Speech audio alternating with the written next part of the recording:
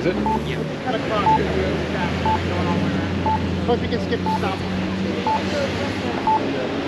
Yeah, what I'm saying.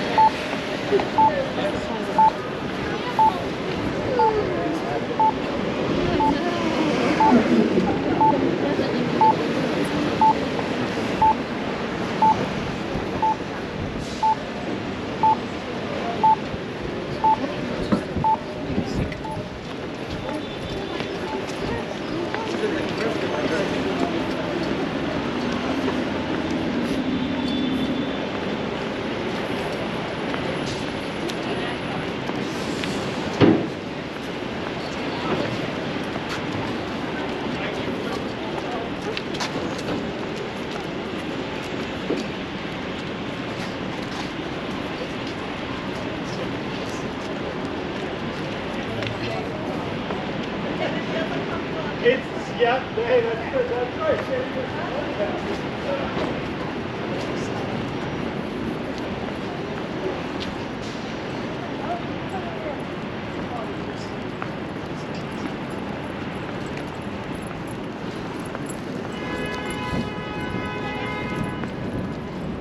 I don't know who's playing Foursquare. What power to it? How do you get this stuff here for Foursquare?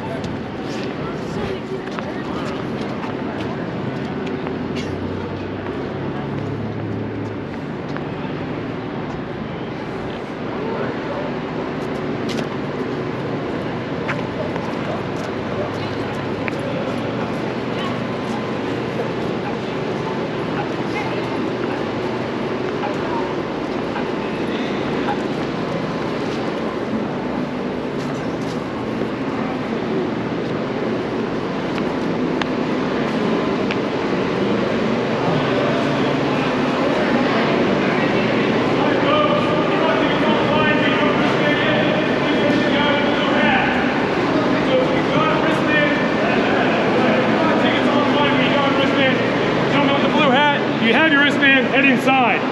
So if you don't have a wristband, you walk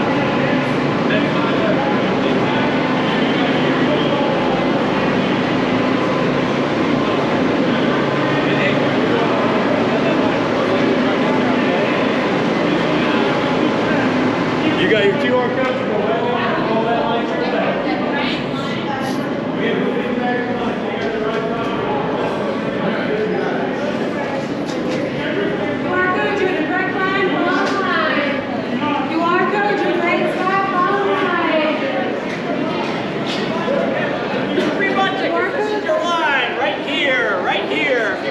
Tickets, your line is right here.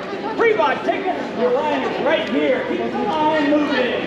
Keep the line moving. Pre-bought tickets, this is your line. Right here. Pre-bought tickets, your line. Babe, you have the VIP special past 6, 7, or 8. Everybody else, any open line goes to show. They stop at 1 and 2, pass them up.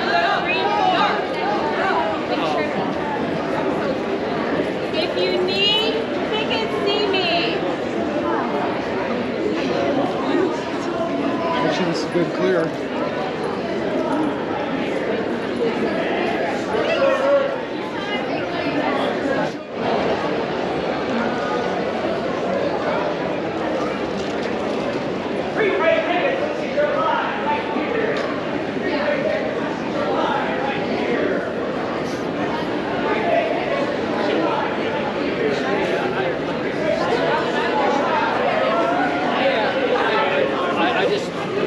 I told the lady I was an hour, and I didn't think that.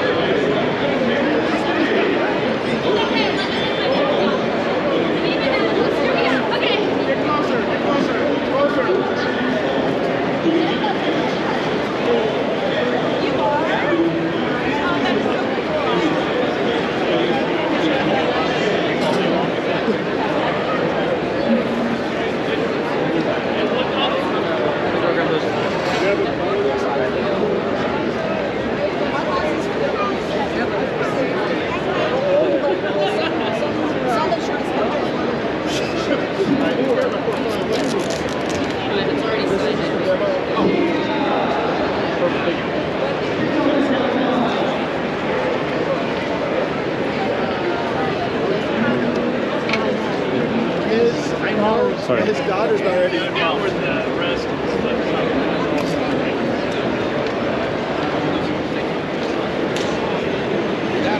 Anytime what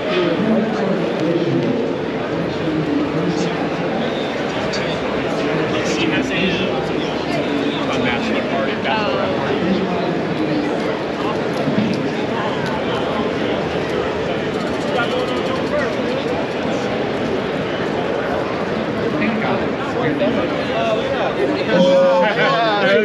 Pictures? Can I get this?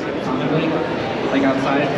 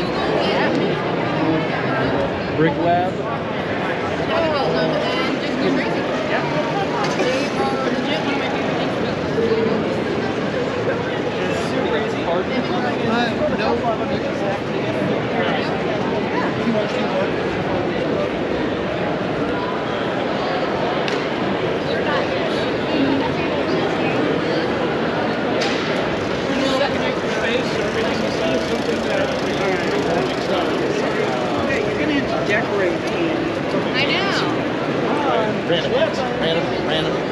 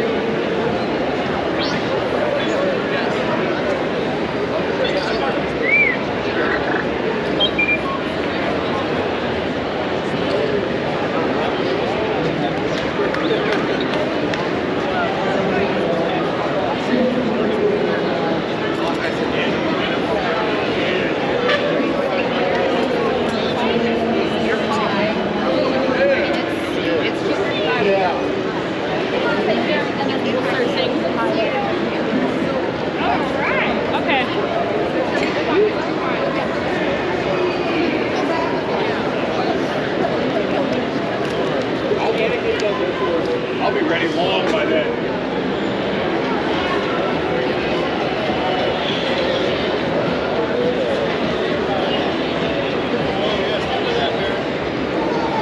He won't bite you. Ready? Hey, Taylor.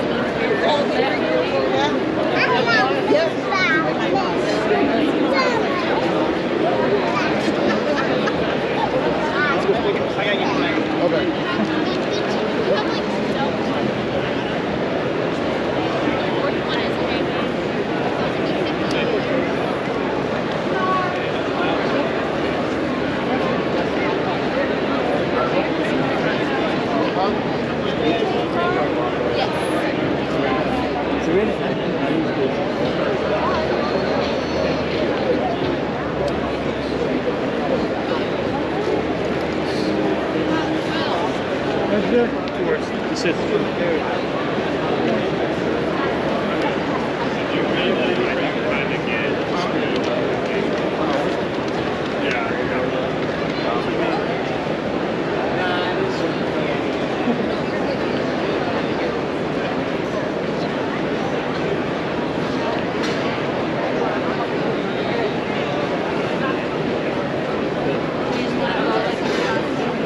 I just put it out. All right.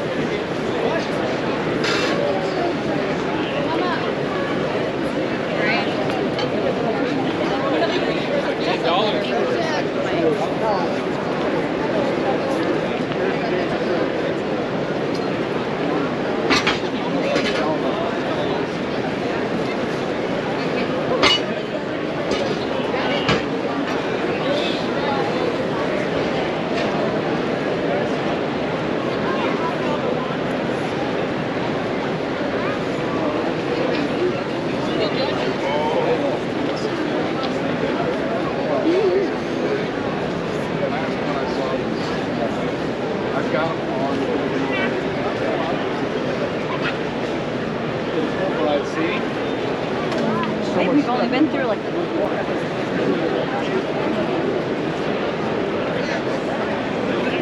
oh, is it in bed? The book looks great. You can really see it. Ellie, did we put 16 cartoons?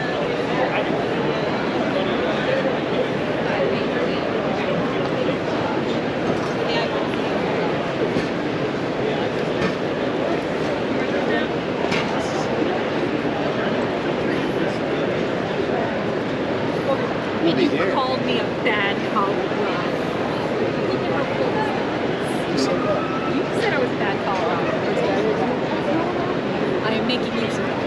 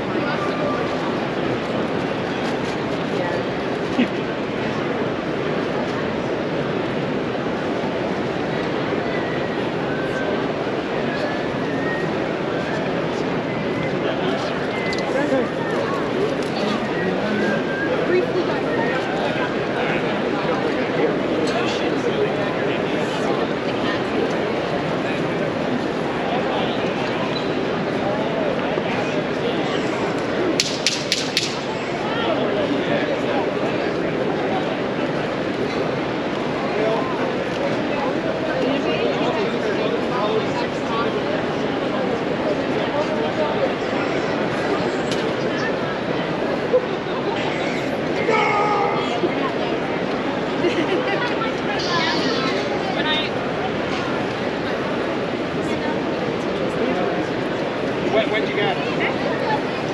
Wait. What?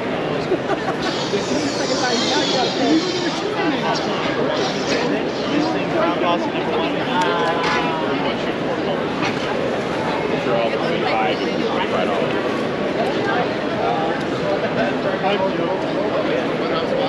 Idle record. Oh, no, why did I have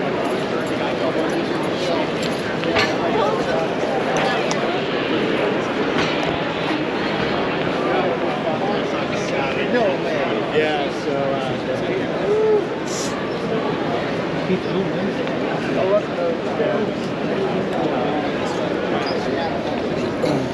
Sorry, is that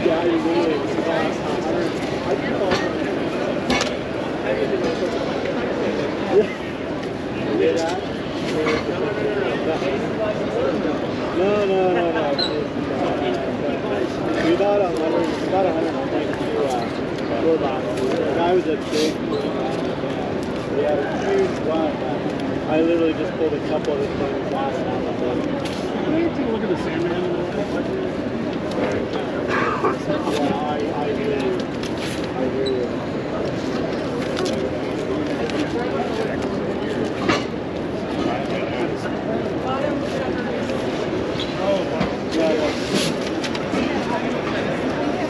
all the original stories? Walt Disney comics is like this one.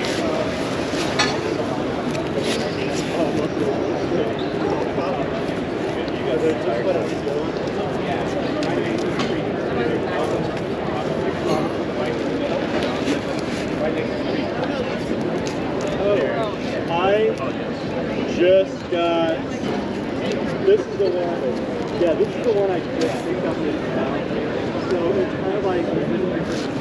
Hold on a minute. I'm going to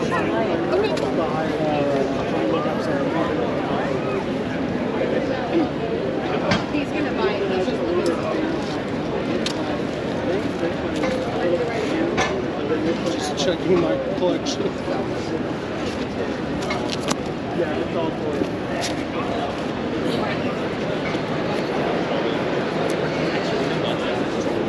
Yeah, that's what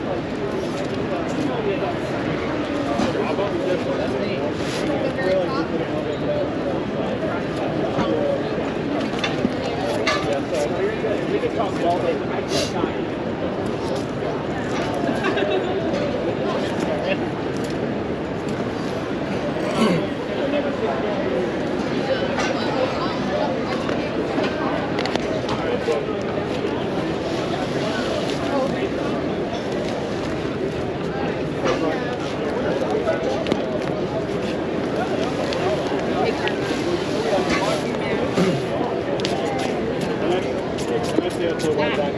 Yeah, we have two. We're here all weekend. We're here all weekend. Ryan's here all weekend. Matt's here all weekend. We're all here all weekend.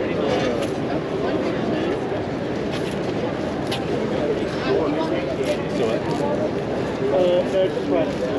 I'm in your way. Take the little tracks off.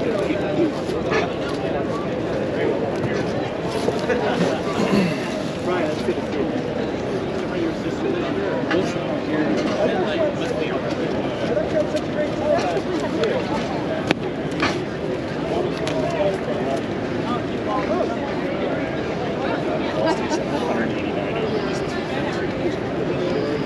No, it's yours.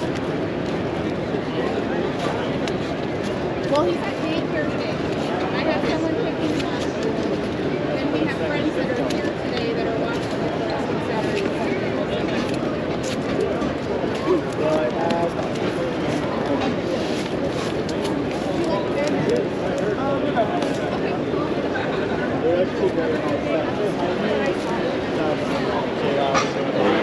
He loves Wonder Woman and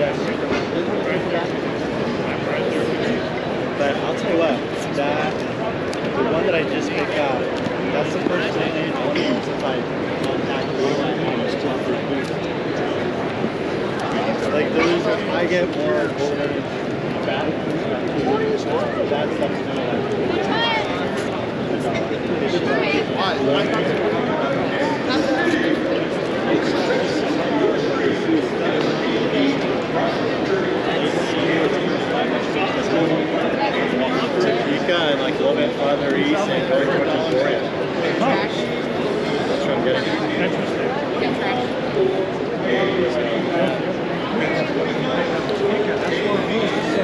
I know.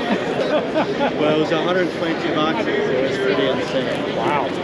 Yeah, Is that the one you just posted about? Okay. Yeah. And they're the nicest people ever. They bought us. They're like, what time are you coming over? They're like, we'll order pizza. Like that pizza, like Grayson talked them up, and they helped us load, and they were just so nice. And I felt bad because he'd been collecting, lived there in Topeka his whole life. He's like, you know, I'm just old enough. They don't have kids. They have one niece, and like all their brothers and sisters are dead. They're like, you know, it's just time for us to sell it. And when we retire, we'll use it to go on a nice vacation. And I was like, I get that. I went through all of it. I gave them a pretty good price. I guess they went to gate, and they did not. Gatekeeper offered them like such a low amount.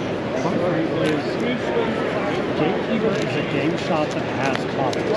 They used to be a comic shop that had games. Now they're a game shop that has comics. Well, It's like their ownership is more games. This would be like my responsibility. This would be a fully Shop that opened. There's one on 29th and Oakley. I think these are all. I think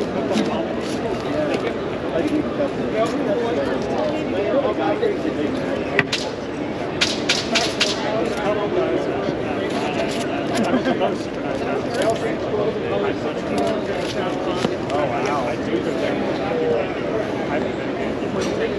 I go to Gatekeeper if I need to. Because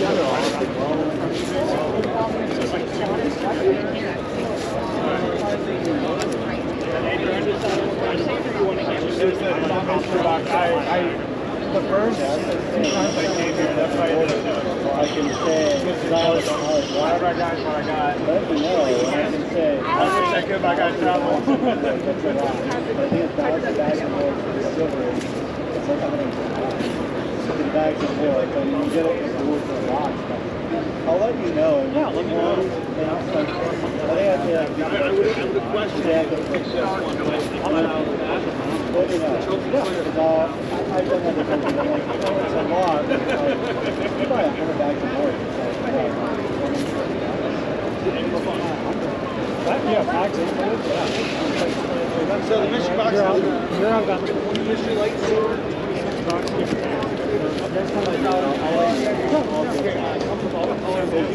She moves his hand. The guy has to drop the power. And he just dropped his right on it. Like, Karma gets to take it. I had her not doing it. He just dropped the power in the back end. So. He was like, hey, I have this big thing. How much are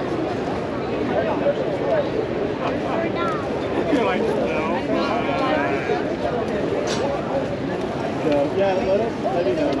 I don't mind being this will do like $1,000. Forever, but it's so cheap. I'll swing back by. Yeah, I'll swing back by. I just got here, so I'm gonna go like scope out areas down there. Yeah.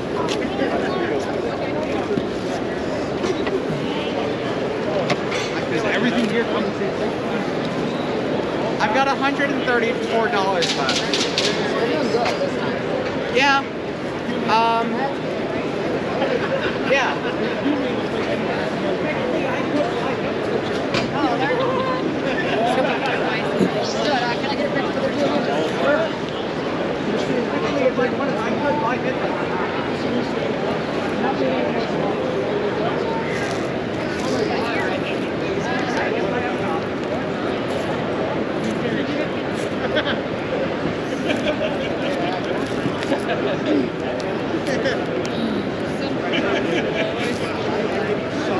Solid props on that.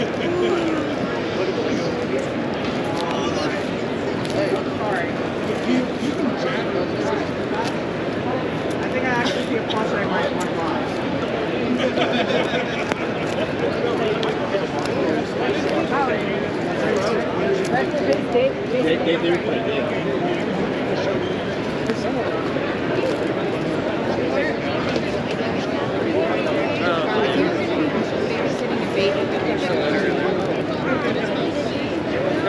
nap time, speed, schedule, he's usually pretty chill, unless he doesn't feel good. I would just like tell him like where his diaper goes. Oh, then he's going to their house. So I have like nap times. Sometimes he naps 4 times a day. He's usually around 5, but then let him sleep past 16. He sleeps usually around 3 hours.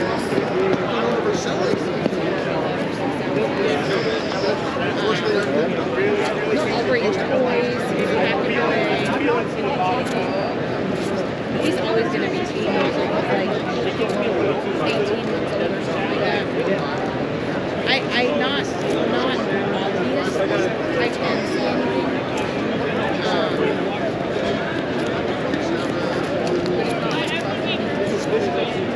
I haven't noticed it. I would just make sure. You want to see something? Oh. Can I see that iron fist?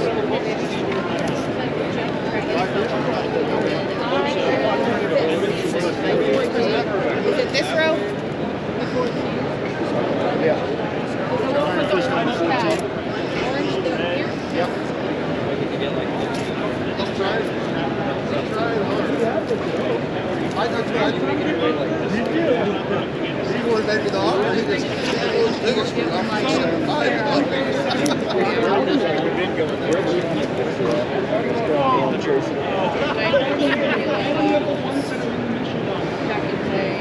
Totally the second book I've ever seen him draw. He should get a certificate. What? Yeah. Wait, what's up? I got it right there. Alright, how are we doing?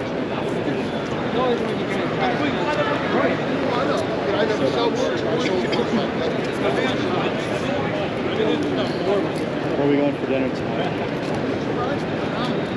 Somewhere with good food. Q39? It'll be impossible to get in there. Make a reservation. What is it? Barbecue? You like mac and cheese though? Yeah. That mac and cheese though is freaking delicious. Gleason loves it. Did you give him it? Can we do that tomorrow? Huh? Oh, that's true. It is. Oh, are you ready? Yes. Oh, I'm so sorry. That's okay. Awesome, you found some good stuff. Hey, Tom. Yeah.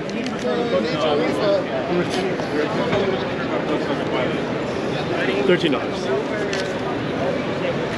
It's a 1322. One $3 book. Do you want a bag or anything? Or? No, I'm good.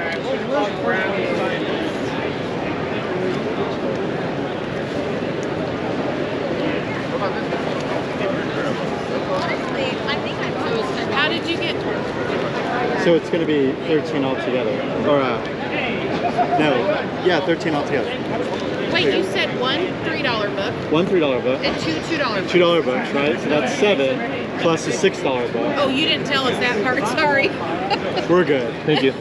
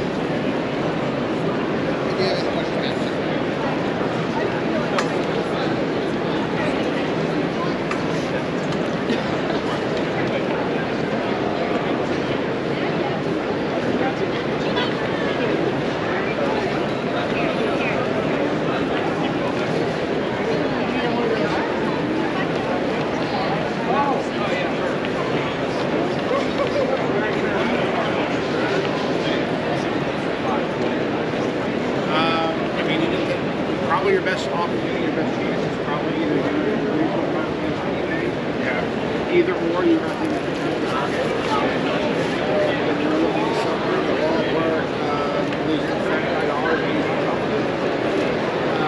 we went for around 575. Probably expect about Nice to be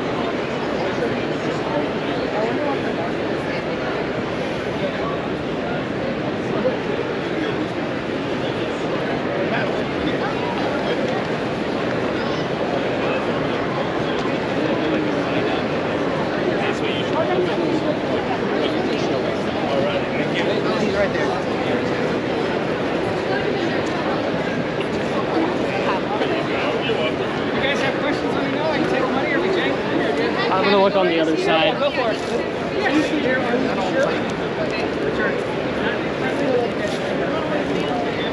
Thank you. They are $2 each. Is that our bag or That's our bag. That's just us. I guess next time I can grab the shake. And then I have 10 comics in the trade. They're prices that are mixed in. Oh, nice. Love it. So cool. I understand why. Yeah.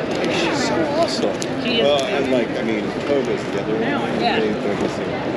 You want it or you want children? But she, I didn't mention I'm like, oh, there's TSA. What? It's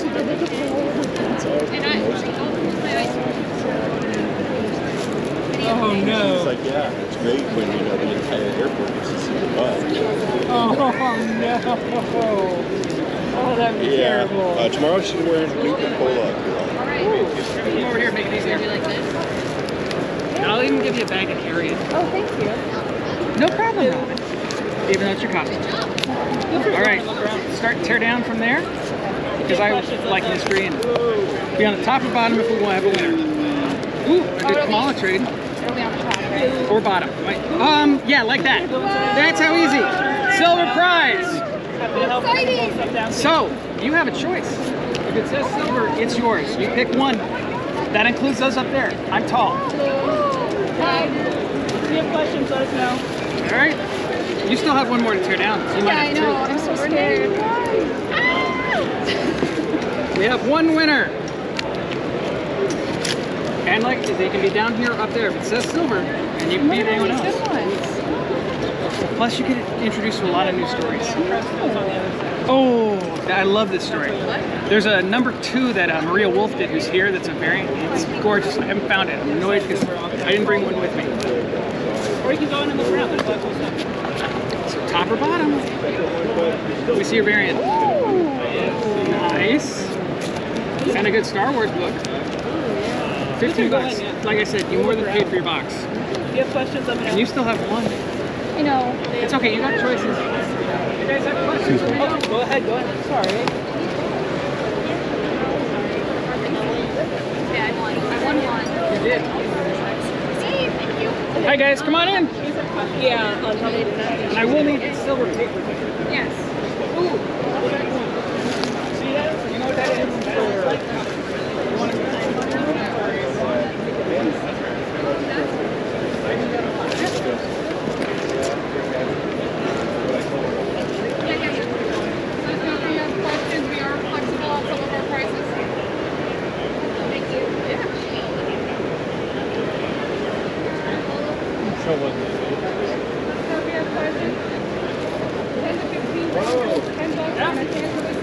Hey, you won a silver prize! Yay! She's excited. She's very excited.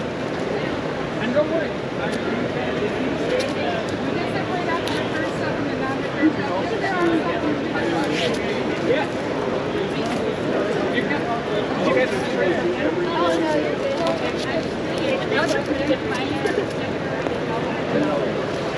free grab box. $10. You either get 15 comics and 2 variants, or 10 comics and a trade. And if on the back of it or the front you see a piece of paper like this, you take your prize. Plus you get Oh, so that's why you have the ghost prize. oh yeah, like just one. The choice is on it. Oh, so like that one's bigger.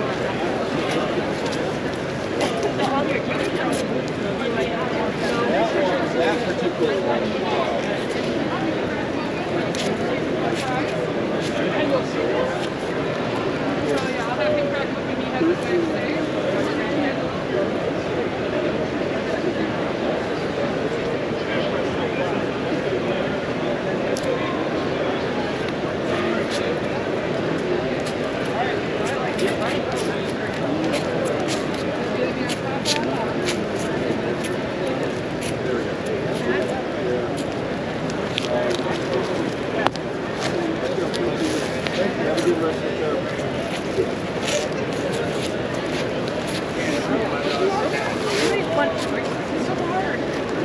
Hey, buddy.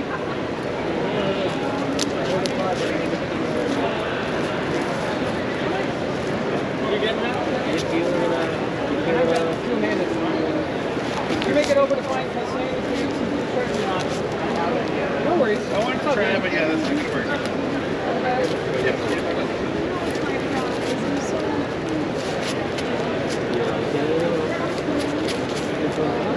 Don't worry, we'll give you another bag too.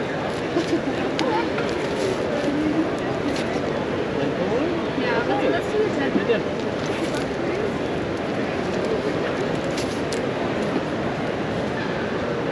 Thank you. Yes, ma'am.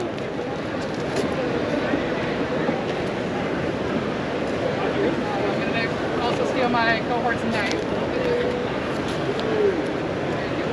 Let me get you a bag.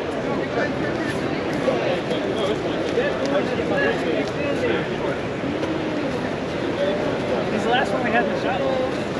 Oh yeah, so this is really cool. Check chains. I don't think he's run around yet. I'm okay right now.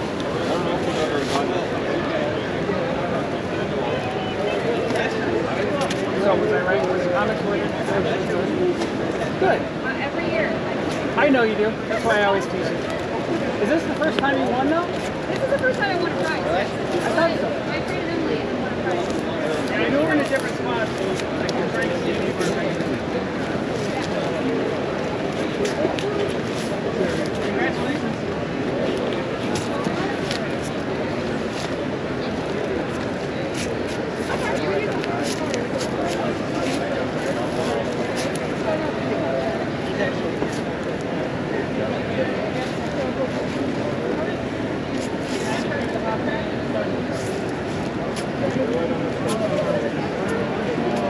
Only need 293 on.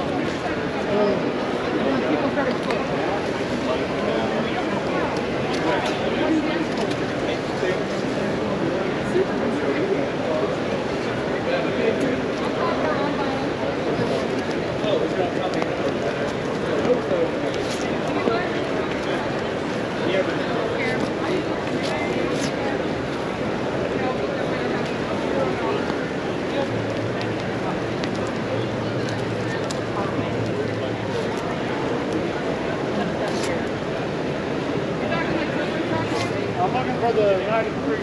Hey James. Yeah, we number 3. You guys have questions, I'll promise I'll get the census at the end of the place, I'll get it. I get live every time.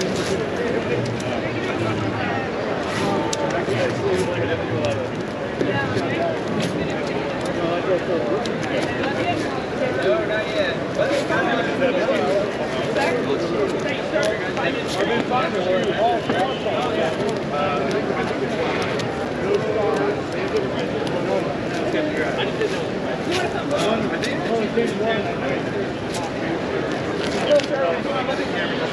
You know, this is a series as well. It's not like I would say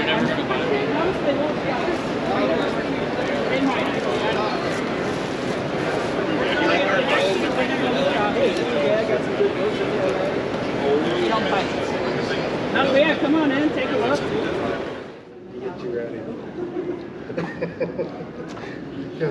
was in your own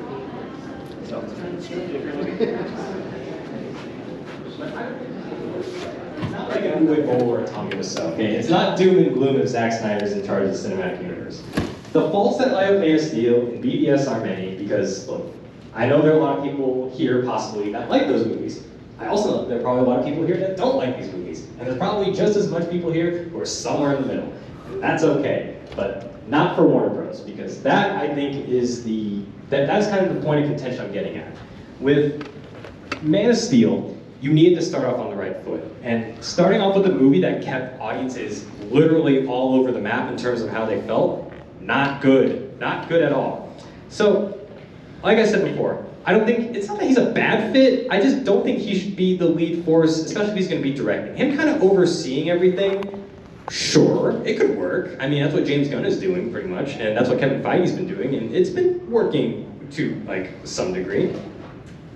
And I mentioned him being a producer, and the reason why I mentioned that is because one of the main movies that he was a producer in, not a director, was the first real big home run for the DCEU. He was a producer on Wonder Woman, and that movie mostly was left to Patty Jenkins and the cast and crew. They were the ones that made that movie fantastic, and Snyder, you know, he had his role too. He was a producer, he kind of oversaw things, but he wasn't directly involved with the story and such.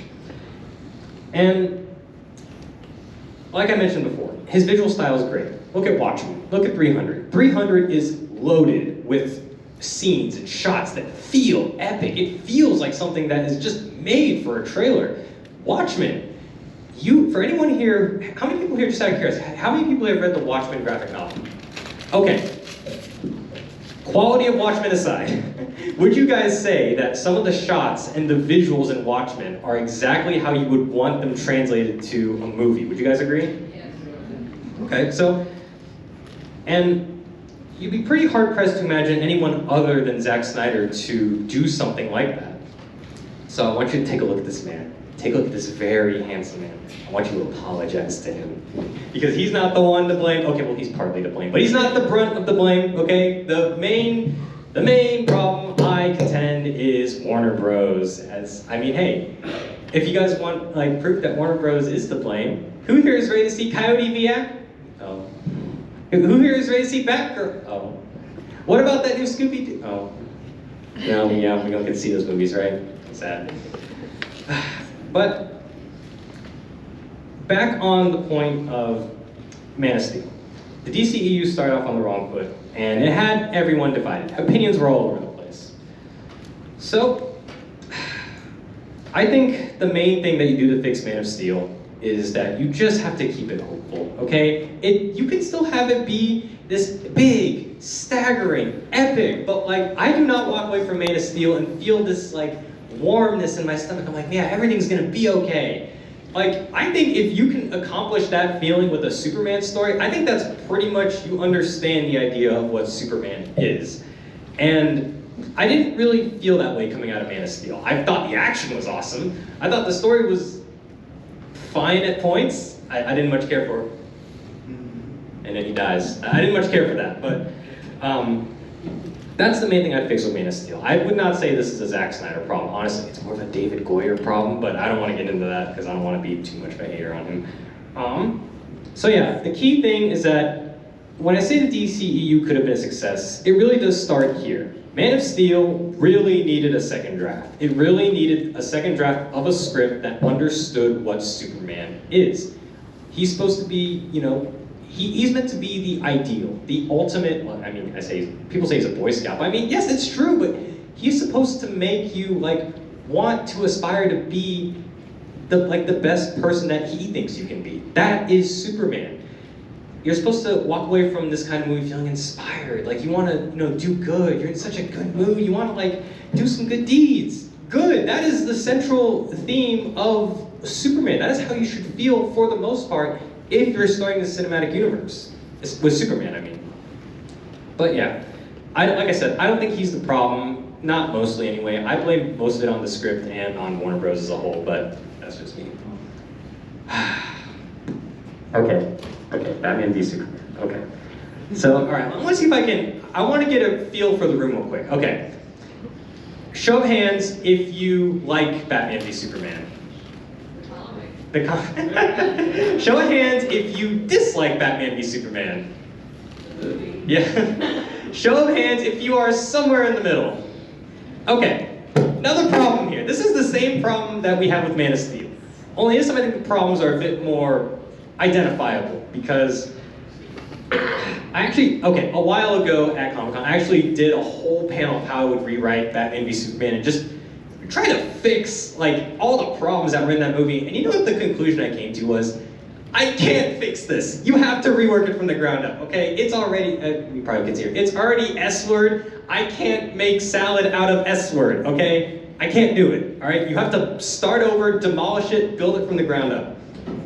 So, I want to get to fixing probably one of the biggest aspects in that movie that was fixable, and that would be the Dark Knight himself, Batman.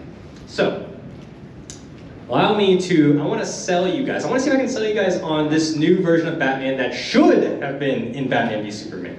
So, in Batman v Superman, you would have,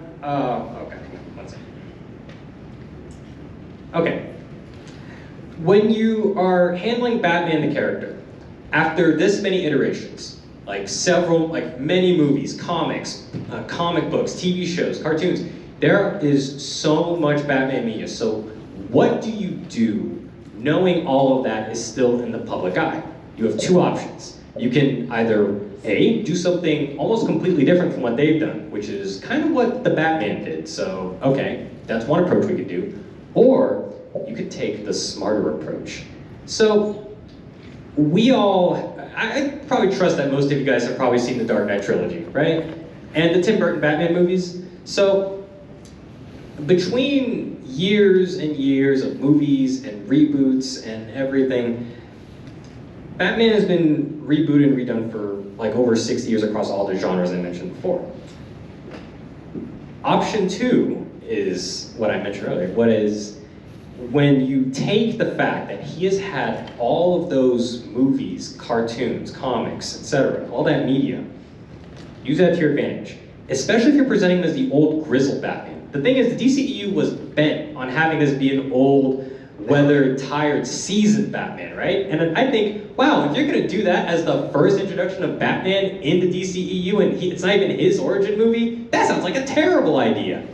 Unless you do something that Sony did so many years later. How many of you would consider yourself fans of the Spider-Verse movies? Okay, you guys remember this scene. My name is Peter Parker, right? They do that montage, you get the introduction, and it showed all these iconic scenes that this Peter Parker was doing. Stopping the train, doing the weird emo dance, upside down kiss, etc., etc. You can tell that this Spider-Man is not Tobey Maguire, but you can tell he's been through a lot of the same experiences that he has. And that's kind of the same spirit and what I want to lean into with this Batman. This new Batman has had his parents killed, became a vigilante, donned the bat suit, fought guys like Scarecrow, Bane. I would introduce something in the movie, flashbacks or video diaries or something.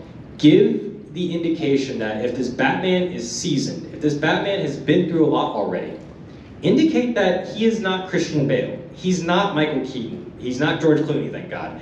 But he's been through a lot of the same experiences that they have.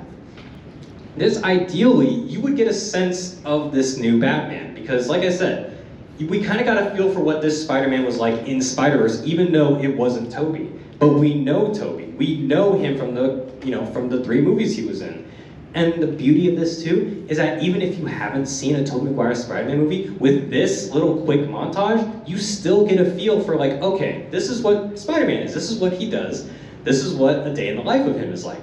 I would do the same thing with Batman. I want them to hint that he's fought guys like Bane, like Scarecrow, like the Penguin, so many of these people, and kind of just naturally go from there, because it's, in my opinion, I think it would be the smartest way to build off of the many, many, many things that Batman has been in. And, you do these montages, you strike the medium of not being too bogged down by, not having these montages be too short or too long like they were in here, and boom, you got your new Batman. Well, didn't they kind of fail with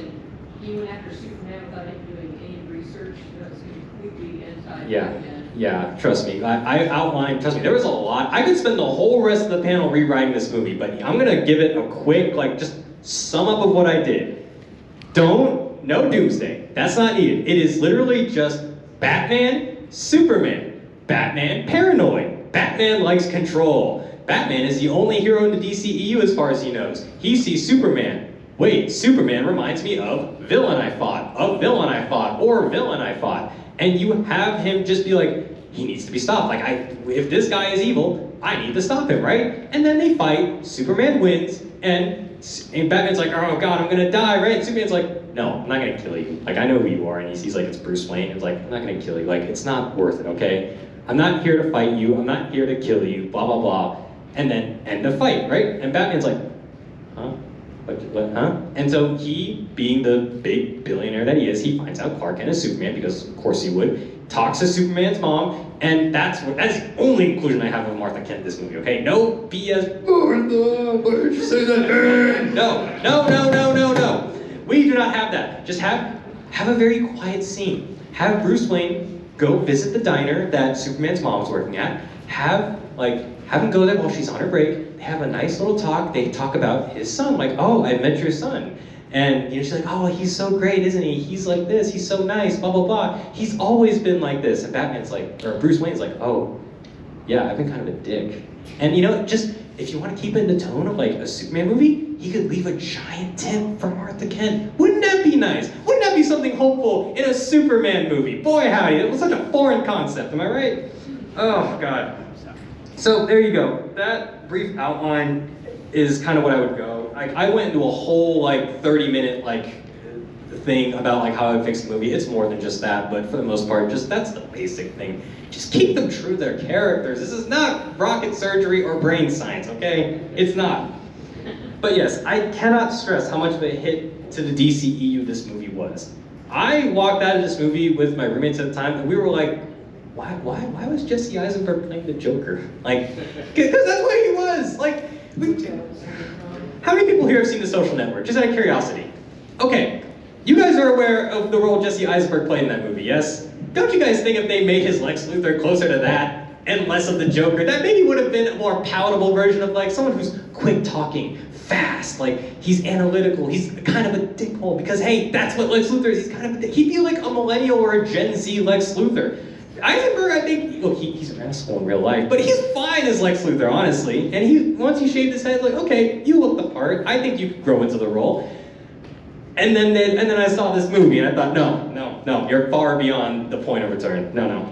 So, I wanted to stress, though, is that this movie, I think, is probably the most damaging movie to the Batman and Superman brand. This movie was a death sentence, I think. Or not death sentence, I would say. It was a critical blow to the brand of Batman and the brand of Superman. And the thing is a lot of the problems that I have with this movie is a lot of structural issues and a lot of script and story issues. But the main thing is the fact that studios, I would maybe argue to this point, maybe still really don't understand how to run a cinematic universe. And I wouldn't have said that 10 years ago, especially about Marvel, but good God, no, there has yet to be a really successful cinematic universe that has spanned at least 6 or 7 movies. It's crazy. And need I remind everybody here about how well Universal's Dark Universe was? Remember all that movies they were gonna do about the Mummy and Frankenstein? Who's ready to see them cross over? And then the Mummy bombed, and then, oh, we're not doing that anymore, so they scrapped everything. And I'm sure I don't need to remind you guys about Madam Web, right?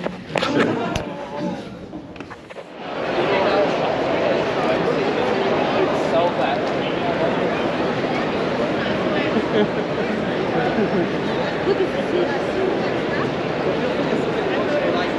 could probably in the next one over.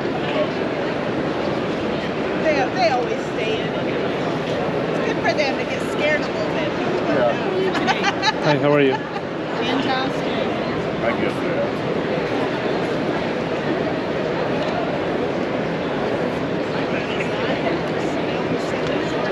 Maybe it's just my cousin and start messing up. I like the mail. Oh, thank you. Yeah, you're welcome.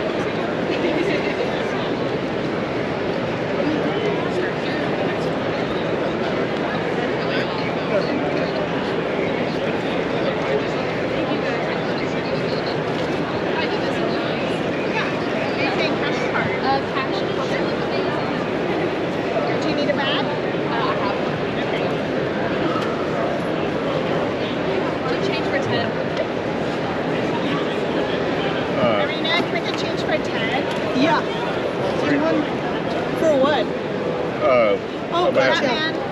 $2, Patty. $3. It's cash, so. Just Bojack. Yeah. No cash. Do you want a bag? She doesn't need a bag. No bag. I already. No cash. Thank you so much.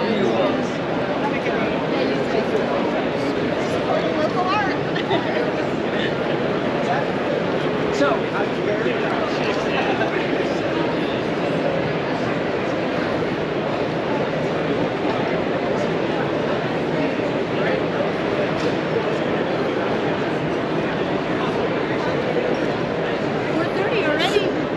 It's crazy. Not quick. It's going by fast. I can't believe they're going to be open until 8 tonight. That's amazing. 8. Like, characters. It was funny as hell.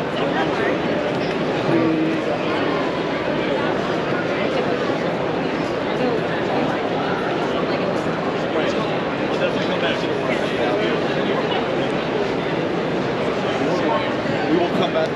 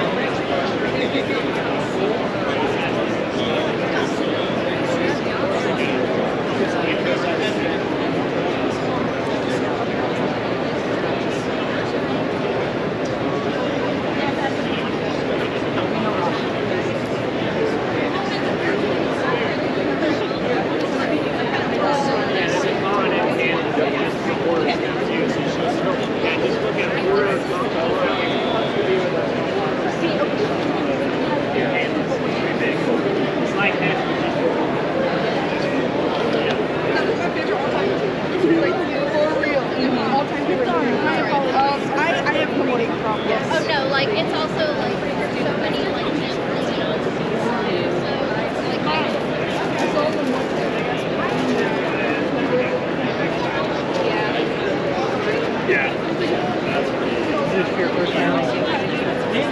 you sound one or another thing. I remember the original.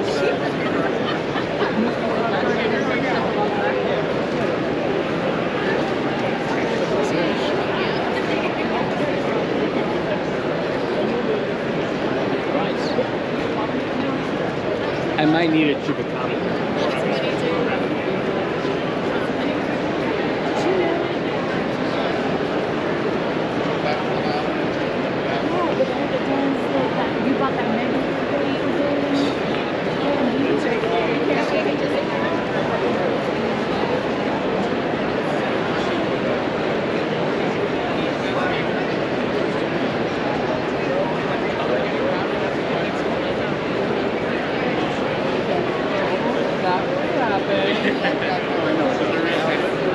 I didn't know how much.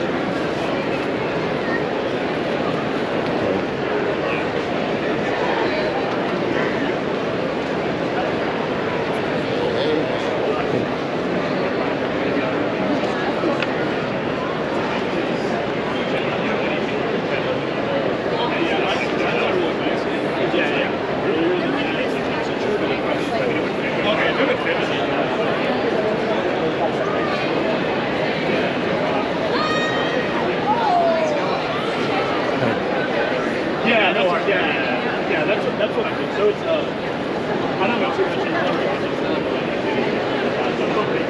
Okay, so I'm doing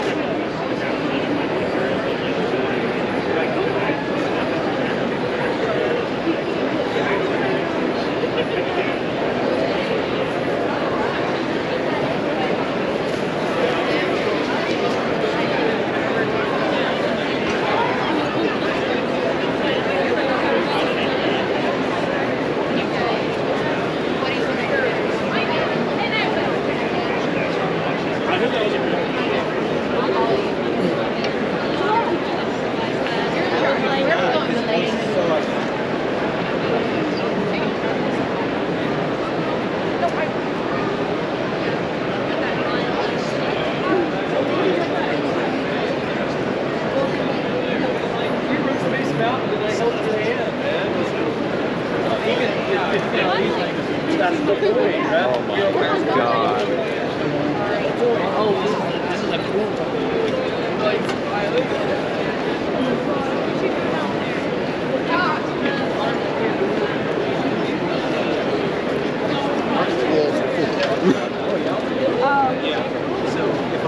this way?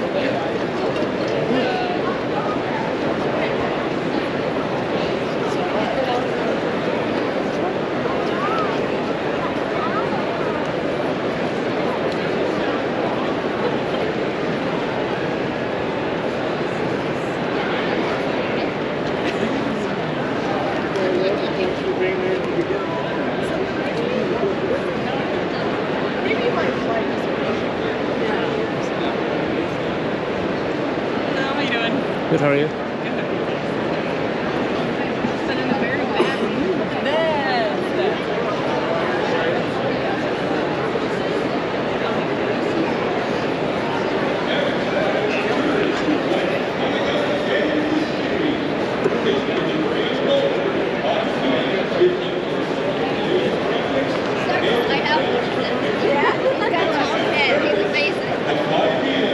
In the grand ballroom, 2901.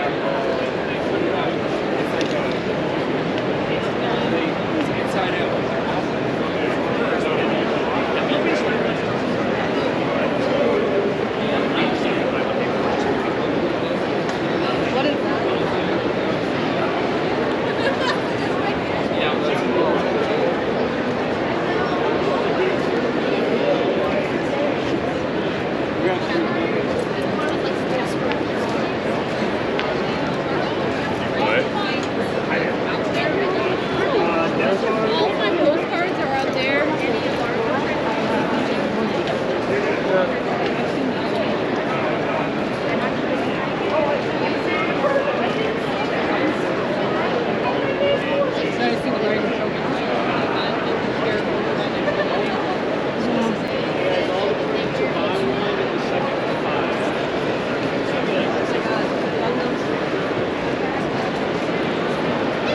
I like that.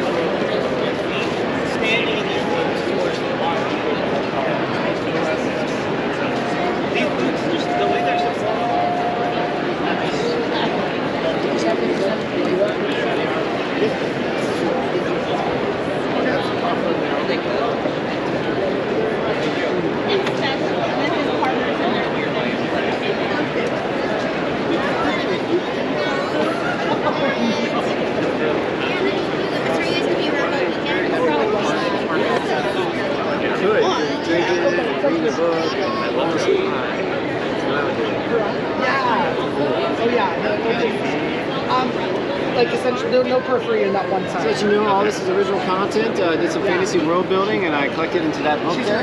Feel free to check it out. Oh, cool. Thank you. Oh yeah.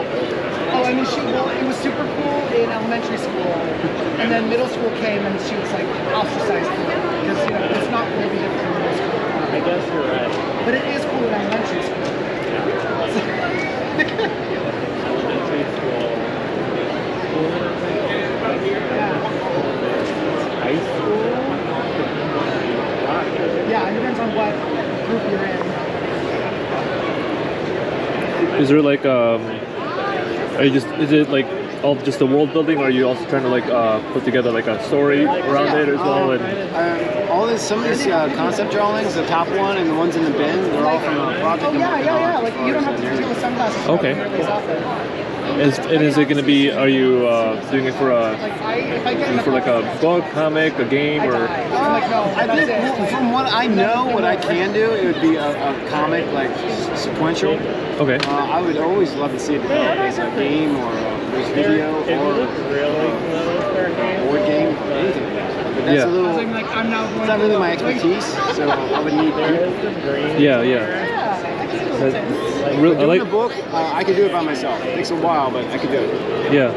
No, it's I like the detail and all the stuff. Like I like cityscape and like the detail in the city, like pictures and stuff like that. Yeah. I like world building and characters too. So. I love the natural, like as far as the perspective stuff. It's just like it has a natural storytelling element too. Like, for this book, I really want you to participate in like kind of tell yourself a story in a way. Legends. Yeah, like the reader. Yeah, that's a good idea. Yeah, and if you like that book, I do have a sketchbook compendium that goes with it. It's a bunch of stuff that this didn't quite make it. It's the one with the yellow cover. Oh, this one? You have like what's your name? Sorry? I'm Mike. Mike? Chris. Do you have like a card or something? Yeah, I'm trying to pace myself. I just got it. Oh, here, let me write the table number on there for you. Yeah. Be here all weekend, so. Me too. Cool. Thank you. Appreciate it. We named her Lily because I'm always Lily. It seems like, yeah, exactly.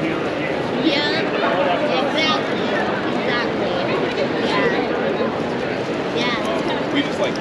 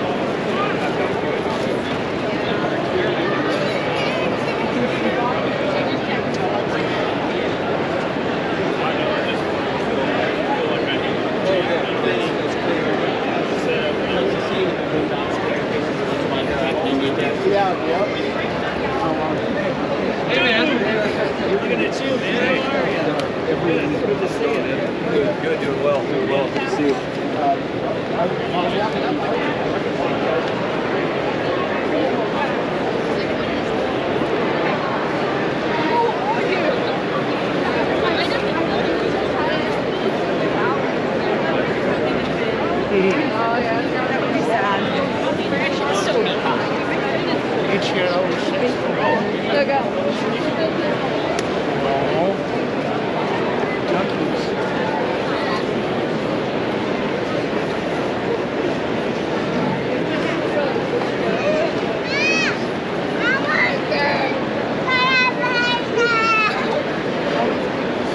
Oh, that's my buddy, my slicer. He's the same colors for Danielle. Yes.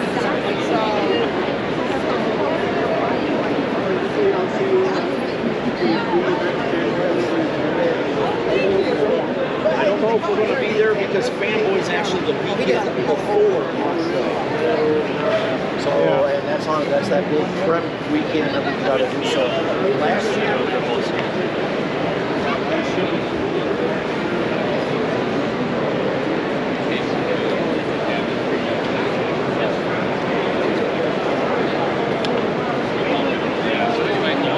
And I just found out about last week. He was doing a tour.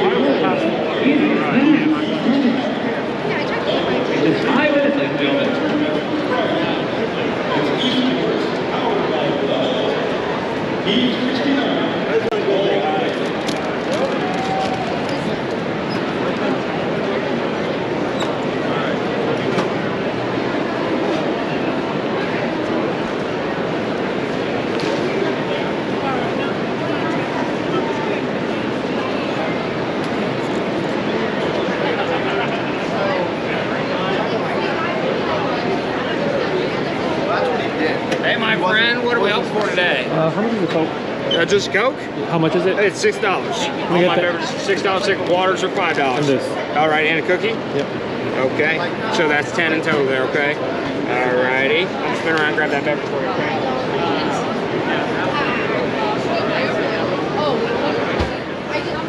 Oh, yeah, you got it. Here we go. You need a copy of your receipt? I'm good, thank you. Okay, my pleasure. Appreciate There's it. that beverage for you. Don't forget your cookie. Thank you. Got our deal.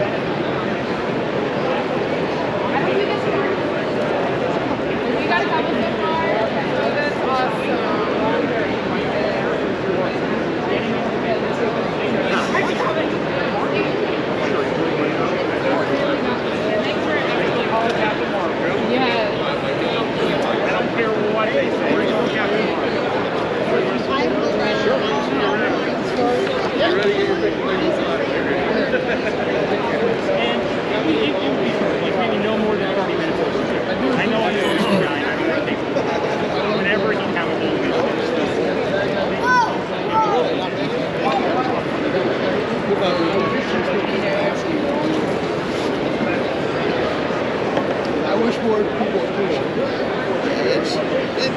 You know, people responded pretty well. So, Gave it to you. Thanks so much, man. I appreciate it. You guys a good day. Hi, how's it going? Good. You mind signing a couple books? Nice to meet you, by the way. Nice to meet you. We're a big fan. Like GoPro is going. I like that.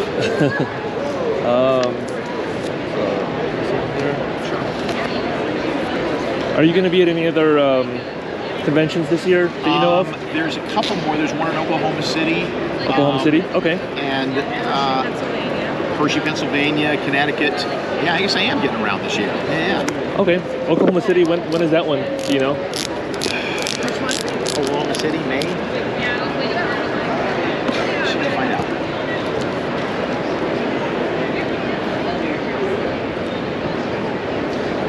Do you mind if... Thank you. May 24th. Okay. Do you mind if I also get the Shazam? I'm just kicking myself right now because I forgot to bring. I had like all the Shazam books that you're reading right now, but yeah. We've got those two. We've got a few more over here. Oh, do you have which ones are those? We got. Oh, can I get that one? Yeah, that white one. Yeah, I like this one. Yeah. Okay. Right.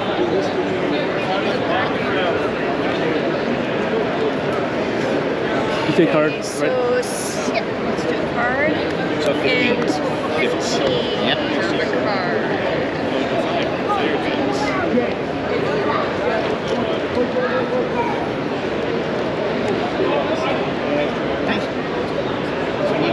Really appreciate it. Are you planning on reading any other new titles this year? Yeah, Chris Somney and I are working on something right now. We can't talk about it. Okay, talk about it. That's cool. I appreciate it. Nice meeting you. Thank you. Good. I'm glad you guys are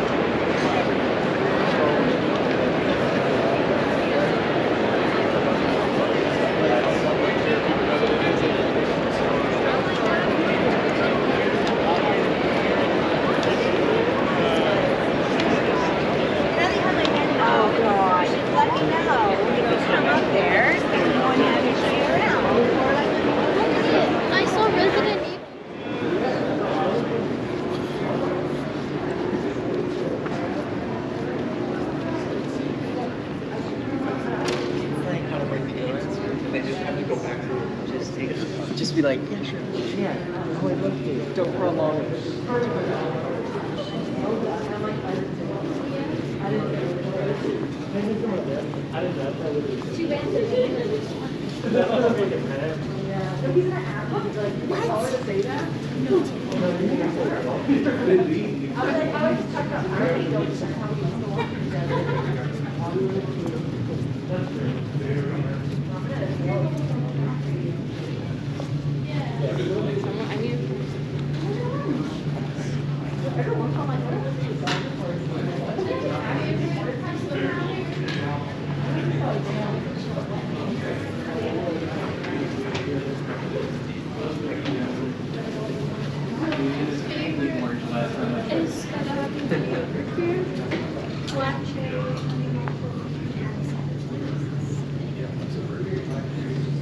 He's a very cool person, especially in the comic book.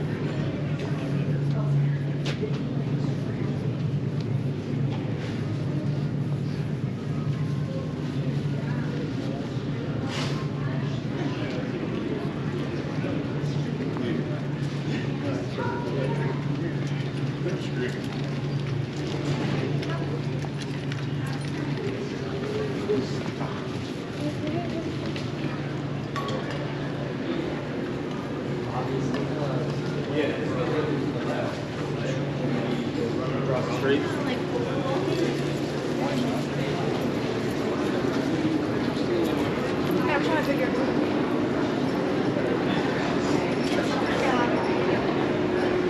I saw one that was Friends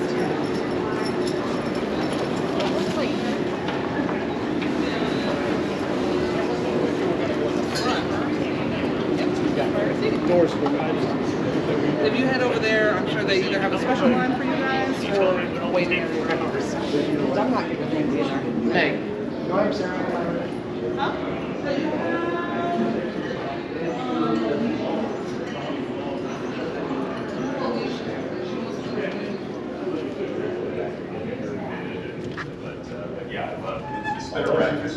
What's up? I spent $20. I was a teenager, so it wasn't crazy, but it was $20 for New Teen Titans #2. This was like a year later. Now it's a lot because that's the first Deathstroke. So yeah, his first full appearance is in New Teen Titans #2. So that's awesome. Tales of the Spitter Rack is one of my favorite things to discuss with us. Yeah. You mentioned Jerry Cox. Did you reach out to him? No, I've never met Jerry. Yeah, I mean, if somebody offered me, do you want to write a Atari for us? Hell yeah, absolutely write a Atari for us. So I wasn't trying to do like a direct, take. I mean, they're not exactly the same character, right? But it's definitely that was my starting point. And that was my influence. No, I'd love to meet Jerry Cox and tell him what a huge fan in particular. I've gotten to meet Jose Luis Garcia a little bit before. Oh, you have? So I have, yeah. He's the sweetest guy. He was here just a couple years ago. He was helping us out with Hero Initiative. He was right behind us. And he kept, I couldn't make him stop. He kept apologizing. I'm sorry I didn't make more money. We're like, what are you talking about? Like, you are amazing. You're a legend. You shouldn't even be talking to me. But he was such a nice guy. He was could not have been a nice guy. And he had, I saw him at C2E2 a few years ago. He had a couple of Atari Force pages there. Oh wow. Yeah. They were. I saw them, but I was behind in line and did not get up there soon enough to get them. They went before I got there. Yeah, I would love to do that. Yeah, that's amazing. Jason, you're writing Batman. You're also writing Superman over with Bizarro. I wanted to ask about that. I love it's kind of a fun take. If you don't mind a Bizarro question, but I mean the question is not. You can ask it as That's right. Me and hate your Bizarro run. So I like it. Bizarro's this kind of cool character because his powers, some of the powers are opposite and some of the powers aren't. But I love that take that we haven't seen before with him using magic. Like if Superman's vulnerable to magic, maybe Bizarro's a super amazing magician. Where did that was that kind of the root of the germ of the idea that became the story? yeah, I mean, it was, you know, I was kind of got asked out of the blue to do some issues of Action Comics as part of this thing where they're kind of doing different creative teams every few issues. And, I mean, I've known for a long time I want to write Superman someday. I've thought a lot about what that would look like. Then I kind of out of the blue, I get offered this, and I know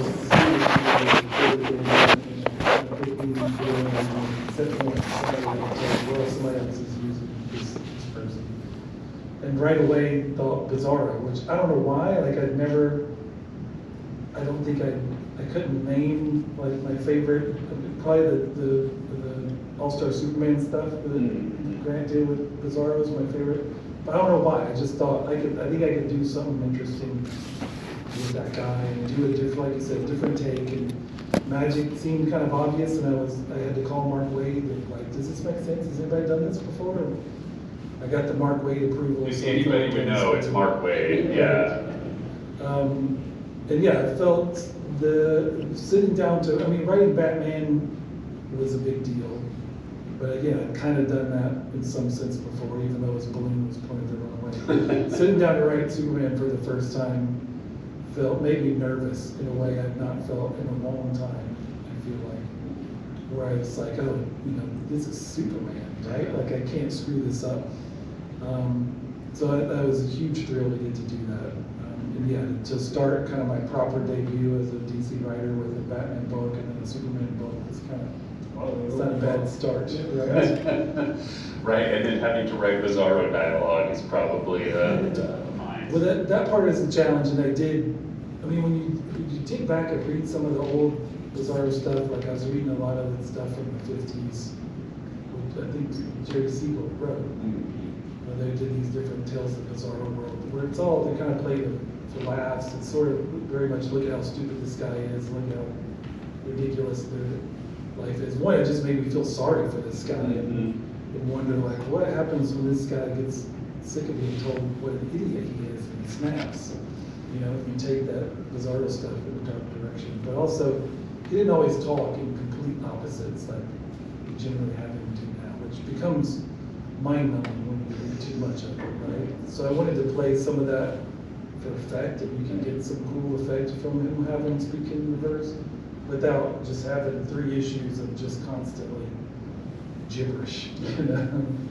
Plus, I love the Sorcerer's World, bring that in. Another Legion, sort of Legion. For me, my introduction to Sorcerer's World is Legion of Superheroes, so I love that. Well, yeah, I was also trying to show, you know, again, I think show my DC nerd credentials. Like, look, I've been writing Marvel comics for almost 20 years, but right out of the gate in that Action Comics issue, you get Sorcerer's World, there's a Gem World reference. There's originally a Dreaming reference, but I had to take that out. So the second issue, I sneak Blue Devil in there. He's been my favorite DC character since I was a kid. So I was trying to show, like, look, I may be the new guy, but I've been reading this stuff a long time. That's awesome. That's awesome. That was cool. I mean, that was your introduction to comics, was DC stuff, right? Yeah, mostly DC. I mean, the first Marvel thing was maybe, you know, like the Mutant Massacre stuff on X-Men and Long Shot I loved, and Craven's Last Hunt. But before that, it was all DC stuff. So yeah, a book like Blue Devil, which is another 80s book that's kind of forgotten, was huge for me. Blue Beetle at the time, Mr. Gold kind of came out at that same time too. Dragons. And then yeah, all the Justice League International stuff. I ate up all that stuff. Yeah. So you look at like the long boxes in my basement, there's more DC books in there than there are Marvel. That's interesting. That's a secret right there. That's worth the panel, the price of admission of the panel. So any like, I wanted to talk just because I know we'll run out of time soon. We have a little bit of time, but coming up, Doug, what do you have coming up following Batman Aquaman? Okay. I mean, something will come up. Right, right. Not a planned thing. Yeah, I don't usually. I mean, because it just doesn't seem to work that way. I mean, I could try to get some money in the fighter, but I just never had to. Gotcha. Usually something cool comes my way, and it's I just, like I said, I say yes. I mean, I would say no if I didn't like it, but it just hasn't happened for decades. So it's not like I have anything that I'm, holding back on. I really, this is what I'm doing right now. Yeah. And I'll be doing something else later. That's just how it works. What would you like to do? Is there somebody at DC that you have them drawn or have it? Or would I think if you have drawn, would like to go back to? Well, like people ask me because I've touched almost everything to some degree. I mean, I'm sure there's plenty of things that I haven't, but as far as the major hitters, the only thing I haven't done that I think of is I've done Wonder Woman, but only as a JLA member and as in Superman Wonder Woman. And that's one thing I like to do is a Wonder Woman story. That's just a Wonder Woman story. So that's probably the one that comes to mind. Other than that, I just enjoy it. Well, Jason's got 2/3 of the Trinity already, so I mean, I'm just saying it's right there. What do you call Tom King getting fired? I'd love to see you draw Lobo. Well, okay, it's not fair. Lobo's on. I even have Lobo stories. I think of Lobo far too much. Well, no, because in the world of comics, sometimes we're a little low on humor. And to me, Lobo, in spite of his eviscerating ability and willingness to kill massive amounts of people, it's for comedic effect. And I've done Lobo as a crossover with Lobo Mask, and I did Lobo as let's see what was another crossover. Lobo Hitman, which was, and that was literally Garth Ennis, because Garth doesn't really like superheroes. I don't know if anyone, is there any Garth fans here? Okay, if you know something, and Garth is a fabulous writer.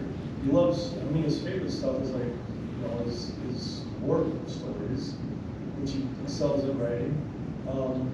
But when it comes to true superheroes, that's why he likes stuff like Punisher or Batman, because they're humans who he's supposed to be. You might put him in push his abilities, but that's what he likes them on. But when it comes to superheroes in general, I think he might have some respect for superheroes. I don't know why. I just think he might. But I do know that he doesn't mind kicking superpowered characters in the ass. He doesn't mind it at all. And so when we did Lobo Hitman, that was the whole point.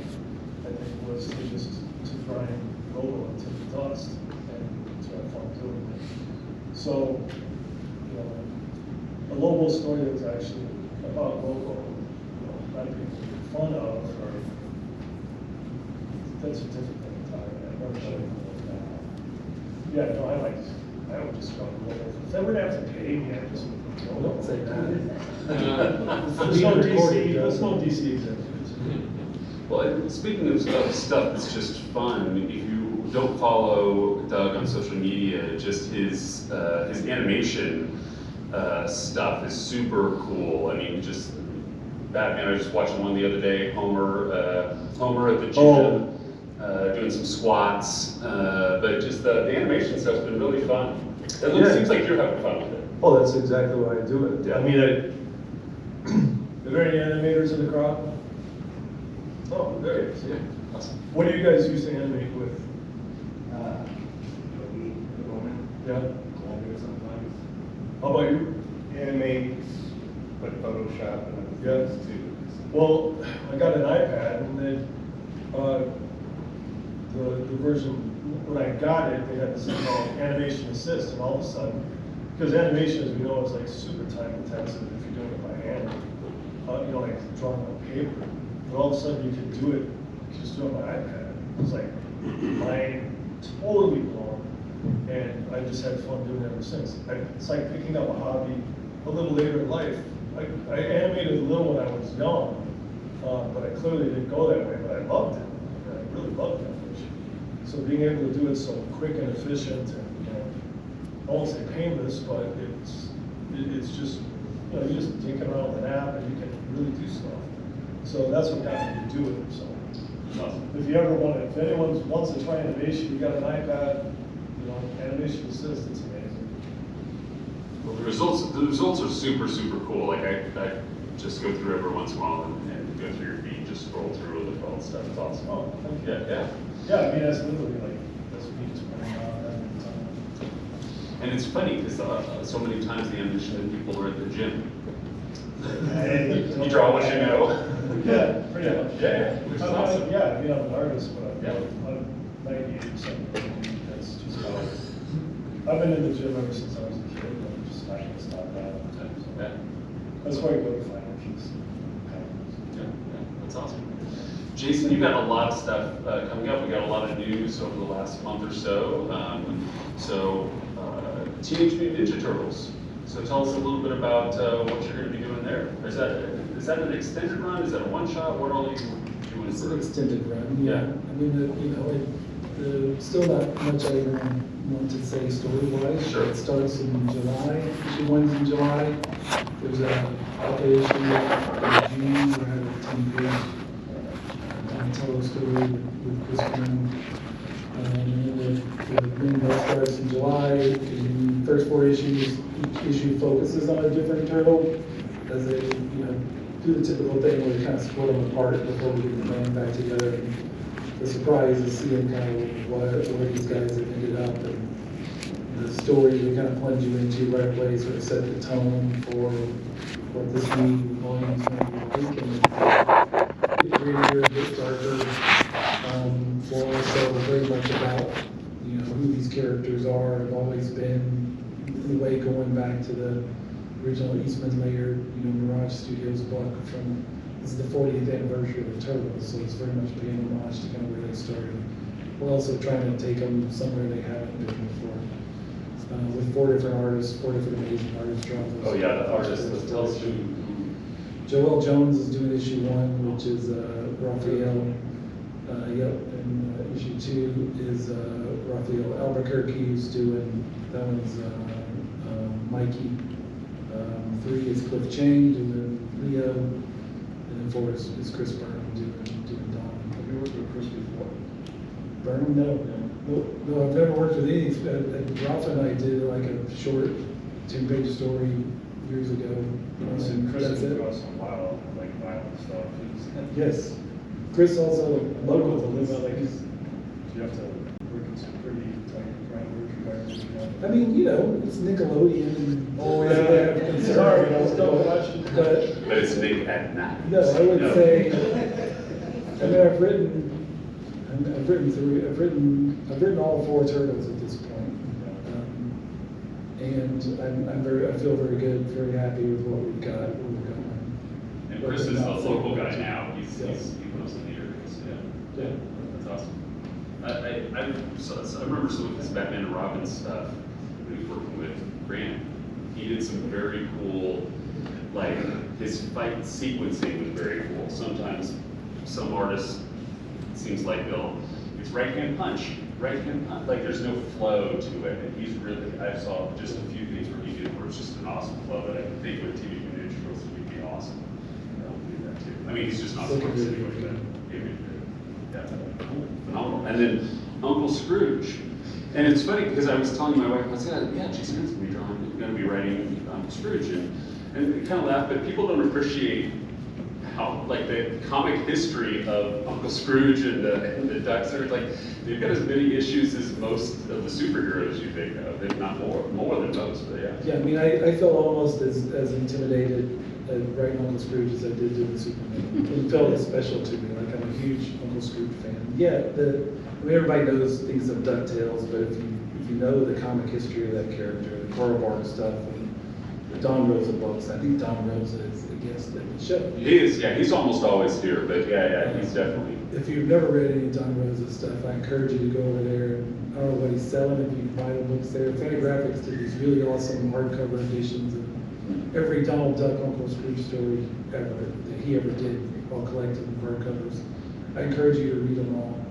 It doesn't matter if you love Donald Duck, if you love Uncle Scrooge, those are just really great adventure stories that happen to feature talking animals, They're really, really good. So it was a huge thrill for me to get to do that. I literally mentioned in a podcast people ask me, what character did you have written that you most want to write? And I said Uncle Scrooge. And it turned out Dan Buckley, the president of Marvel, listened to that podcast and said, well, let's try to make that happen. And they did. Like, that's why that book exists. It blows my mind.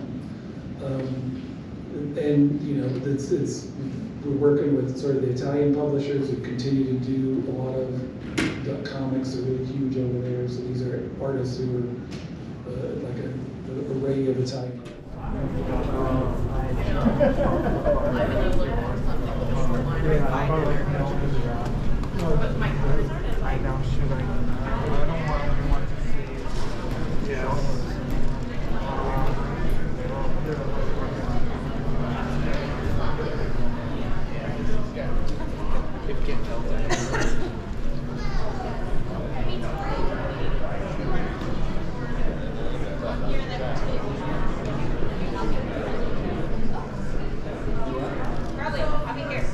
Okay, thank you so much. Hi, you're welcome. Oops, sorry. Yep, you look confused. Are we able to go in? Are you going for the Boy Meets World? Yeah. Yeah, go ahead, go ahead. Thank you. Here's me going, can you get the manager? Oh, okay. So it's the first per people.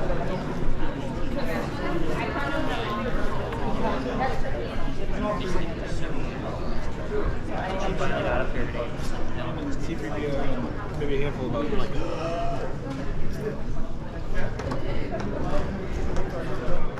Hour of the week where I get together with my friend, where we're very busy, and sometimes we lose track of each other. But I'm thinking you guys probably make me feel the same way, where you have a built-in like, hey, we got one episode this week. You guys actually get together and see each other and are able to interact with each other. Yes, that has been really nice. We're often also amazed that we never, and I mean never, run out of things to talk about. We went to dinner last night, talked for 2 hours. Talked the whole time. No one was recording it.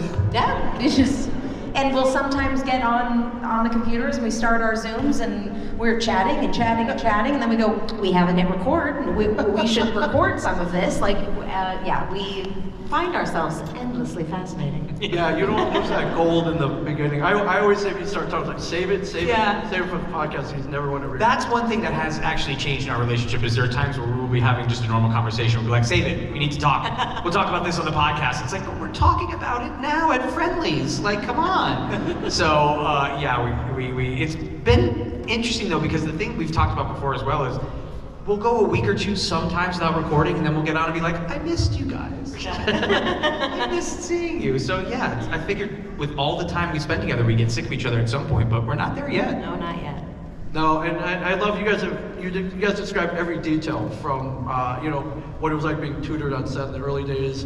What it was like doing the table reads. Just you guys get so in depth. So I mean, I think us as fans really appreciate that. Thank you. For sure. Thank you. And we appreciate it was a conversation pretty early on when we first started. We were like, maybe we should just talk about what our day was like, because most people don't know what a 4-camera show schedule was like. And for us in particular, it's a weird one because we were going to school, and so we just that first episode we were like, let's just walk through what in general, and it's turned out to be one of those things that people really respond to. Yeah, I think it really inside baseball, Yeah, the inside baseball is always great. So this is how it works. We have an audience mic right there, spotlight somewhere. If you want to ask a question, there we go. Hi. Are you on first, sir? Who's on first? Why is you on? It's just me. All right, we got 44 minutes of questions. Go. Answer that one question. Kick it off, my friend. Well, Ms. Fishel, nice to see you again. Hello, nice to see you. Mr. Friedle and Mr. Strong, my name is Chris, in case you didn't catch that. But first off, I think I speak for about the rest of the crowd. Thank you all for coming to Kansas City this weekend. It means a lot. Thank you. So happy to be back.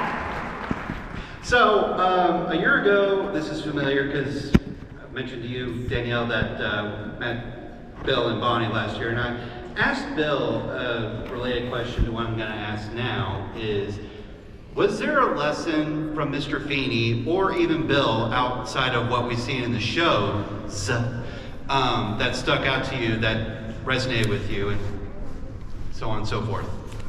It's hard to beat dream, try, do good, the final words of Mr. Feeney. I think like the overall message of Feeney's character, which is that your teacher's important, and the influence that can have on your life, not just in whatever subject you're studying in school, but that it trickles through your relationships with your parents, with the people you love, with your friends. I think that is like just the most beautiful message and kind of the point of Boy Meets World. And that the more we watch the show, the more I'm like, all of this is good stuff. Like a lot of these lessons, I still agree with 95% of what, everything that's coming out of Feeney's mouth. And that's pretty awesome. So I mean, that's kind of a cheat, but I would say just the overall message that, your teachers are important and that they can change your life in a positive way, that's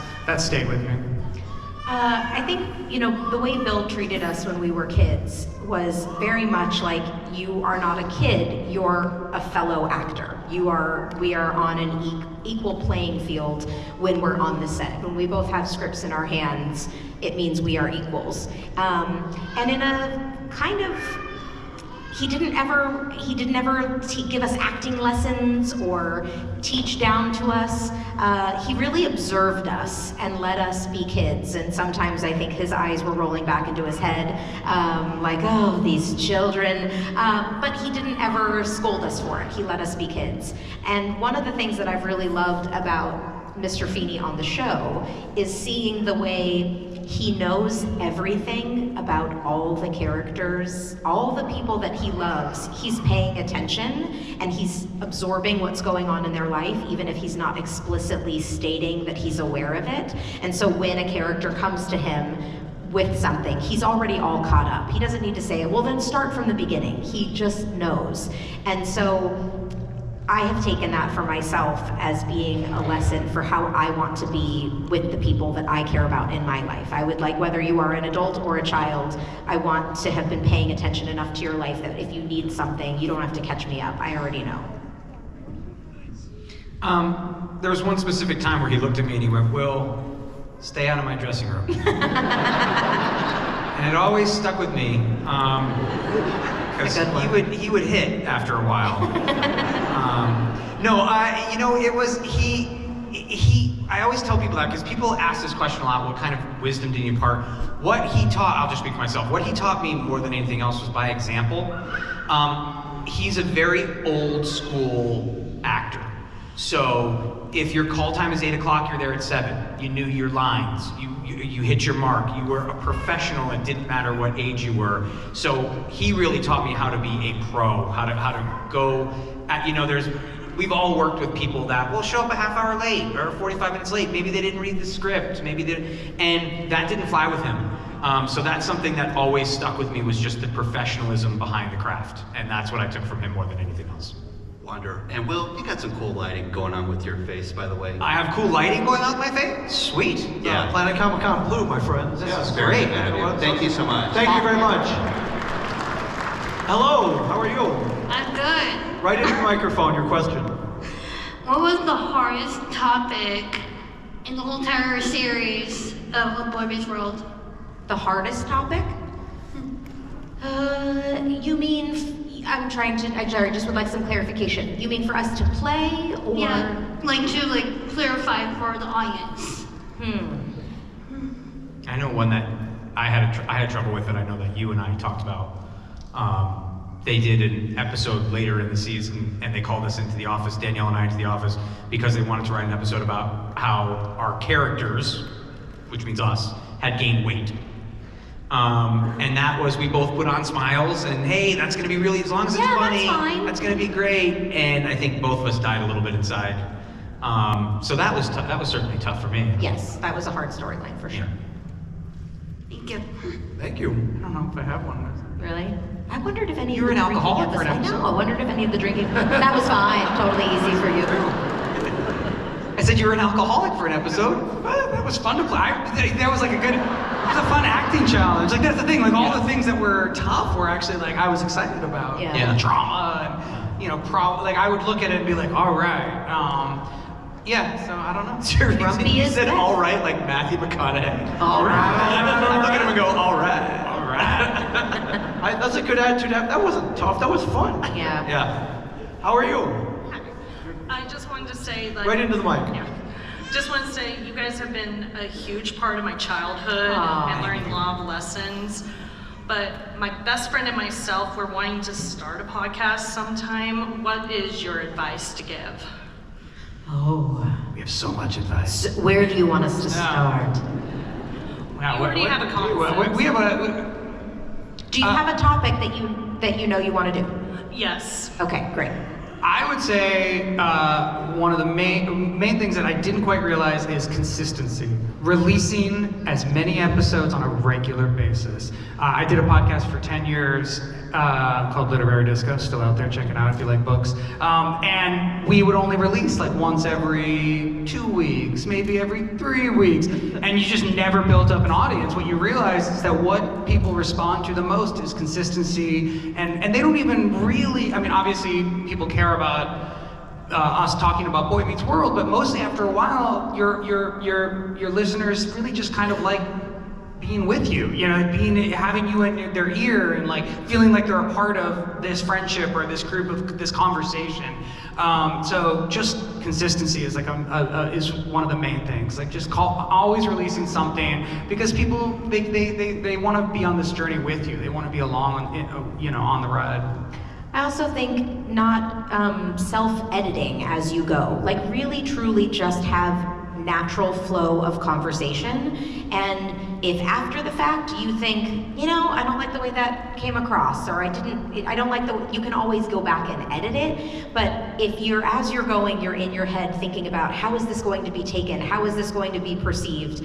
It will come off stilted. And what people want to listen to is a conversation with a friend. And so it needs to come across that way. I'd also say one of the best things we decided to do was, and it might be a little more difficult with just 2 people, but one person needs to kind of take the lead.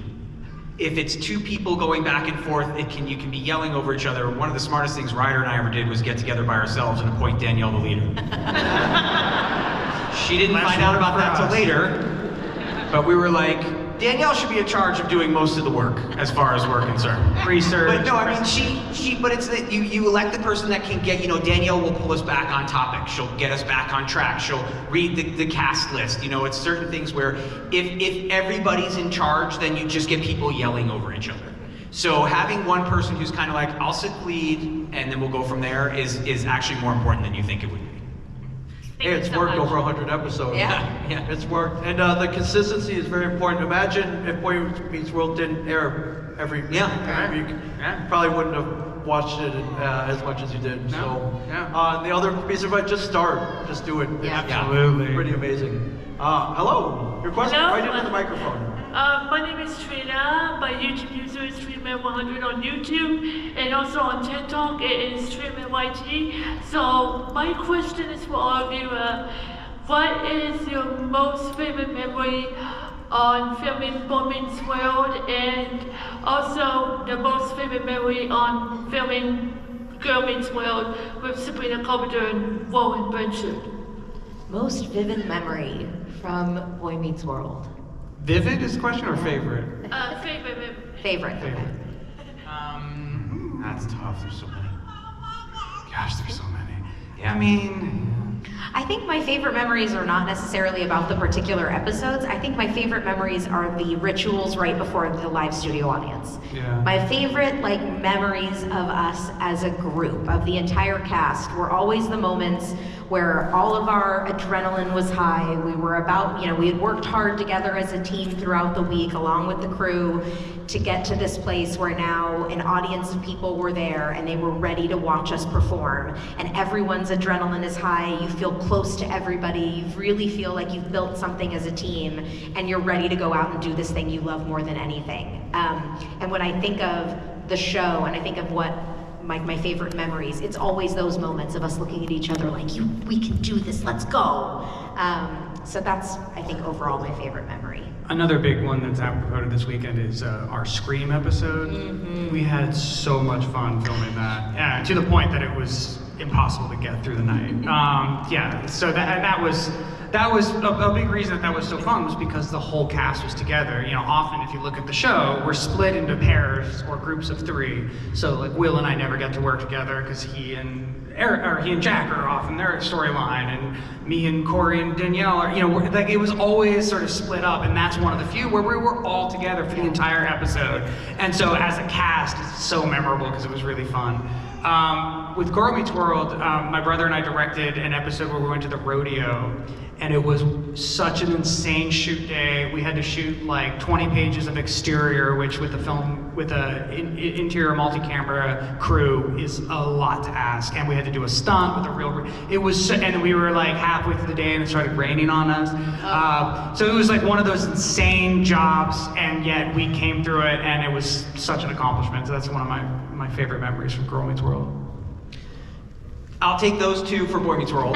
Those were good, but the one I remember most from Boy Meets World wasn't about Boy Meets World. It was just that I grew up a television junkie. I just wanted to be on a sitcom. So the day that I actually booked Boy Meets World and I actually heard that I had gotten the job will always be one of the best days of my life. And I was very, very rarely involved with Girl Meets World, so I don't really count that one. But yeah, booking Boy Meets World, all the little rituals. Have you never done a sitcom before Boy Meets World? No. You had never done a multi-camera show? No. That's crazy! No. The first time I'd ever been in front of the, well, I mean, and then you landed on a hit Nickelodeon. That's so cool. I don't know why I put Nickelodeon in quotes. It was an actual thing. Yeah, it's a real network. It's a real network. It's like I was on television. No. That is so cool. Nickelodeon was I like never thought about that. No, my first actual sitcom. I'm playing a part, and there's an audience, and all that was Eric. Wow. That's my so first cool. voiceover was Batman. I do well the first time out. Yeah, I was gonna say. Yeah. It's downhill after that, but the first time, you peaked right out of the gate. Right out of the gate. Yeah. Right off the bat, you hit grand slam. Yeah, well, I mean, again, the first show I'd ever gotten was already picked up for 13 because they did the pilot with another actor who played Eric, and there was another actor playing the dad, and so they made some tweaks, and they brought in new characters. So by the time I got there, I was on a show. Like, we were going, so it was, yeah, it was crazy. Thank you so much. Thank you. Thank you. Thank you. Come on up to the mic, my friend. Thank you very much. Great question. Hi, friends. Hello. Nice to see you again. Yes. So I just wanted to say that it has been great getting to know the podcast because it feels like we get to know you guys even more. Not just your characters from Boy Meets World or Girl Meets World, but now I know things that Ryder loves Survivor. You know, Danielle has a bunny that went around with Andrew Keegan. And then, of course, you know, Will loves MASH. So those are things that's great to know now. You guys are on more of a personal level. So my husband and I, we grew up watching Boy Meets World separately. And then we found each other and started watching Girl Meets World together. And now we're traveling, seeing Pod Meets World together. So it's pretty cool that we've been able to do that and share that in our lives. I'm so happy that we are the foundation of your marriage. We will take all the credit. The Topanga shirt is the only shirt of a girl my husband's allowed to wear. I love it. But my question for you guys is, do you realize what kind of impact you have as far as people that grew up and now are rewatching it as a family? Or I know you guys met our son today, Brody. We can't wait for him to grow up watching it. And now we get to show him the picture we took today, so that's going to be pretty special when he gets older. So do you guys know what kind of impact that is on people? Because it's made a huge impact on us in our lives. Thank you. Very sweet. We've really come to learn it. Yeah, when recently. You know, really over the last few years. Yeah. Both meeting people at conventions like this, where you come up and tell us stories like you just said, but then really through the podcast, you know, like we have the Pod Meets World Show at gmail.com email account, and you guys send us your emails, and the live tour where we did meet and greets, and so many of you came out and shared your stories with us, and it's really had a massive impact on us. I think before that, we had the general understanding that the show was special to people. but I don't know that we understood it on the same level that we have come to understand it over the last few years. And we so appreciate the way you guys share your stories with us. And you know, it's a wonderful feeling to know that the years we spent putting all we had into the show came across on screen and made a difference in your lives. So it's always a pleasure to hear it. Thank you. Thank you, guys. Thank you. Thanks. Come on up to the mic. Hi there. Just wanted to say thank you all so much for spending your childhoods helping us get through ours. We learned so much from Mr. Feeney, but you guys helped us understand it from the kid perspective, so thank you for taking your time and doing all of that. A lot of your voiceover work is also special to a lot of us too, so I was wondering if you could kind of comment on, you kind of started to go into the camaraderie on the set. Has that been your experience when you've done voiceover work in the past? Or, you know, what is that art form like compared to your time on Boy Meets World? There's that same kind of camaraderie, there really is. I mean, it obviously changes project to project, which Boy Meets World, we had 7 years to be together and really get to know each other, but, and you're together every day, you're rehearsing every day, you're in school together every day, where, you know, like Kim Possible, for instance, I think I'd met Christy 4 times by the end of the series. So it was, you know, she was going to school in New York, we were recording in LA, we'd record once a week for 3 hours. So you get to know each other and you become friendly with people, but it's not the same kind of family. We don't like to use that word a lot when it comes, because at the end of the day, you're a professional and you're doing a job. And I think people throw that word family around a little too much, but so it's a different kind of camaraderie, but it's certainly there, and this is now changing, thankfully. The voiceover world is opening up a little more to people, but when I really started back in the day, there was it seemed like 50 of us doing every show. So every time you walked in, you just were with the same 10 people every time. And so you really got to know people, but a level like this, especially a level like this with the 3 of us where we're doing Pod Meets World and traveling together and our families know each other, I mean, that's very, very rare. So I definitely have liked way more actors than I haven't liked, but it's a very small number of people that I'm this close to in my life, if that makes sense. Yeah, thank you. Thank you very much. Come on up to the mic. Hello. Hello. Thank you for being here. 2-part question, kind of. In your time away from Boy Meets World and Girl Meets World, have you thought of episodes that, like, you're surprised that was never made, in a way? Or, second question, if you could make any Boy Meets World episode with yourselves as writer or director, filming yourselves in the past, which ones would you choose? Great question. Wow. What? I didn't quite get the first one, actually. I got the second one, but the first one was, what episodes do we wish had been made? Yeah. Ah, okay. Like you're surprised that show was that I'm still confused by the second one. If you get to go back in time and be a writer-director with us as your cast, what episode of Boy Meets World do you make? And there's so no we're writing for butterfly ourselves. Yeah, or directing, yeah. So you're getting to go back and work with young us and make an episode of Boy Meets World. What do you do? Oh God, I run the other direction. Away. Thank you for clarifying. I was like, wait, you're hopping in a DeLorean, you're going back in time. I get it. Okay.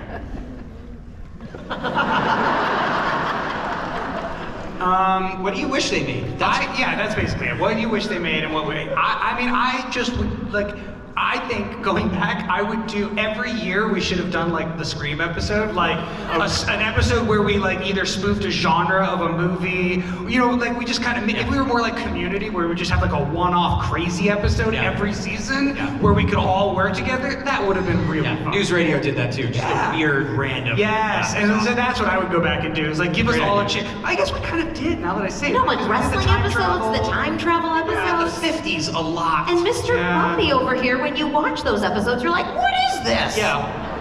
Why are we doing this? Why am I in the 50s all of a sudden? Why do I talk like this in your guys' voice? What do you say, Ryder? He talks like this. What's going on? Oh my God. Fine. Really, the answer is I would go back and have us work together. I just love to be in scenes with you guys more. We're halfway through season 4 and we've talked to each other maybe twice. Yeah. That's ridiculous. Yeah. And then there's there's this lip service given to Sean and Topanga are friends. No, we're not. I think that'll happen later, but so I would go back and do that. And I definitely would go. Yeah, I would probably go back to 2nd or 3rd season and do something in that realm because they could have used some help.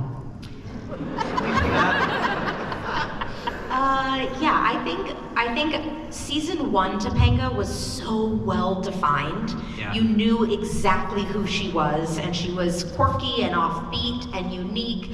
And I understand, as we've talked about on the podcast a little bit, I understand that once a character is going to be in every episode, there needs to be a certain mainstreaming of that character. Otherwise, in every episode, they are a caricature instead of a real, relatable part of the normal world character.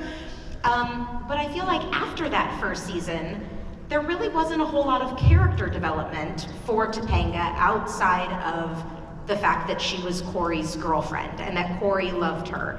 And I would love to see more development of who Topanga was, and we had Trini Brittany Murphy play a best friend, but she was only there for 2 episodes. We don't really, she mentions other friends. I think there was one episode where she had a friend. We talked like she has a friend, but then we never see that friend again. So I think I would probably go back in time and devote one episode in maybe season 3 or season 4, where we get a little more world building of Topanga's and we get to know who she is as a teenager now that she is not quite as quirky and offbeat as she was in season 1. I would like, especially towards the end, if they ever tried to give Eric any sort of a romantic relationship. Yeah. I mean, it's like, all right, everybody else, hook up with somebody, really learn your character. Now, Eric, go dance in the corner and be fun. And I think it would have been nice to have more of a depth to Eric and maybe find somebody, some kind of partner that could have settled him down a little bit. I think would have been an interesting way to go. As for your second question, I still don't fully understand. So I'm gonna say 18. No, I would like to, if I was gonna write something, I would have written exactly what Ryder was talking about, where every season we would have, and I know we kind of did it, but it would have been the most out-of-body, crazy, like the show News Radio, once a year they would start with Phil Hartman looking at the camera and going, "Hi, I'm Phil Hartman, and we're gonna do something totally different tonight. Tonight, News Radio, it takes place on the Titanic." And they would all do an episode on the Titanic. They did one in space, they did one. So doing something like that as a total ensemble, I think would have been a whole lot of fun. Thank you. Thank you. Thank you. Yeah, that was like an SAT question then. Yeah, and I think you. No, it was well worded. I just didn't understand it, which is why, much like the SATs. Yes. You'll get 1600, so Yeah, well right. done, well done. Hello, your question, right into the microphone. It's good to see all 3 of you again. Hi. Hi, so my question is, as a fellow podcaster, you guys have the best podcast when it comes to rewatches. So, Poppyworks World is amazing. Oh, thank you. So, I gotta say, what I love about your podcast is the chemistry and the strength. So, how has the podcast strengthened your bonds? Well, Jacob, right? Yes. Okay, why don't you give a shout out to your podcast? What's it called? It's Jake's Take with Jacob L.A.Char, Jacobelachar. Okay, thank you. Nice. Ryder, how's it strengthened our bond? I think just the way you said that. You know what's great about it is that I think we always kind of, pushed each other's buttons and intentionally and teased each other. That was always part of our dynamic growing up and being adult. But I'm so much cooler with it now, and because the audience has kind of been in on it, and the feedback has been that's okay, and that's actually what they like the most. And I don't, if anybody listens to the podcast, they know this, I'm more uptight, I'm a little less prone to teasing or I think it's cool. I think it's great. So like, I think now I'm much more, hopefully, less sensitive, more willing to like roll with like the punches or give a little punch every now and then and just have fun and enjoy that is what constitutes our relationship. Yes, I agree. I think, I mean, that's such a good answer because it's true. I think the thing that I love about it is that, you know, when someone's like, you say something about your family and you're like, ugh, my mom, and then somebody else is like, you know, your mom, and you're like, whoa, whoa, whoa. I'm allowed to say that about my mom. You're not allowed to say that about my mom. That's kind of how we could feel about ourselves. Like, when other people maybe would poke fun at a characteristic or a trait about us, it feels like pointed and hurtful. When these two do it, I actually really take it as like I guess I do that. and that's okay. I'm flawed and they still love me.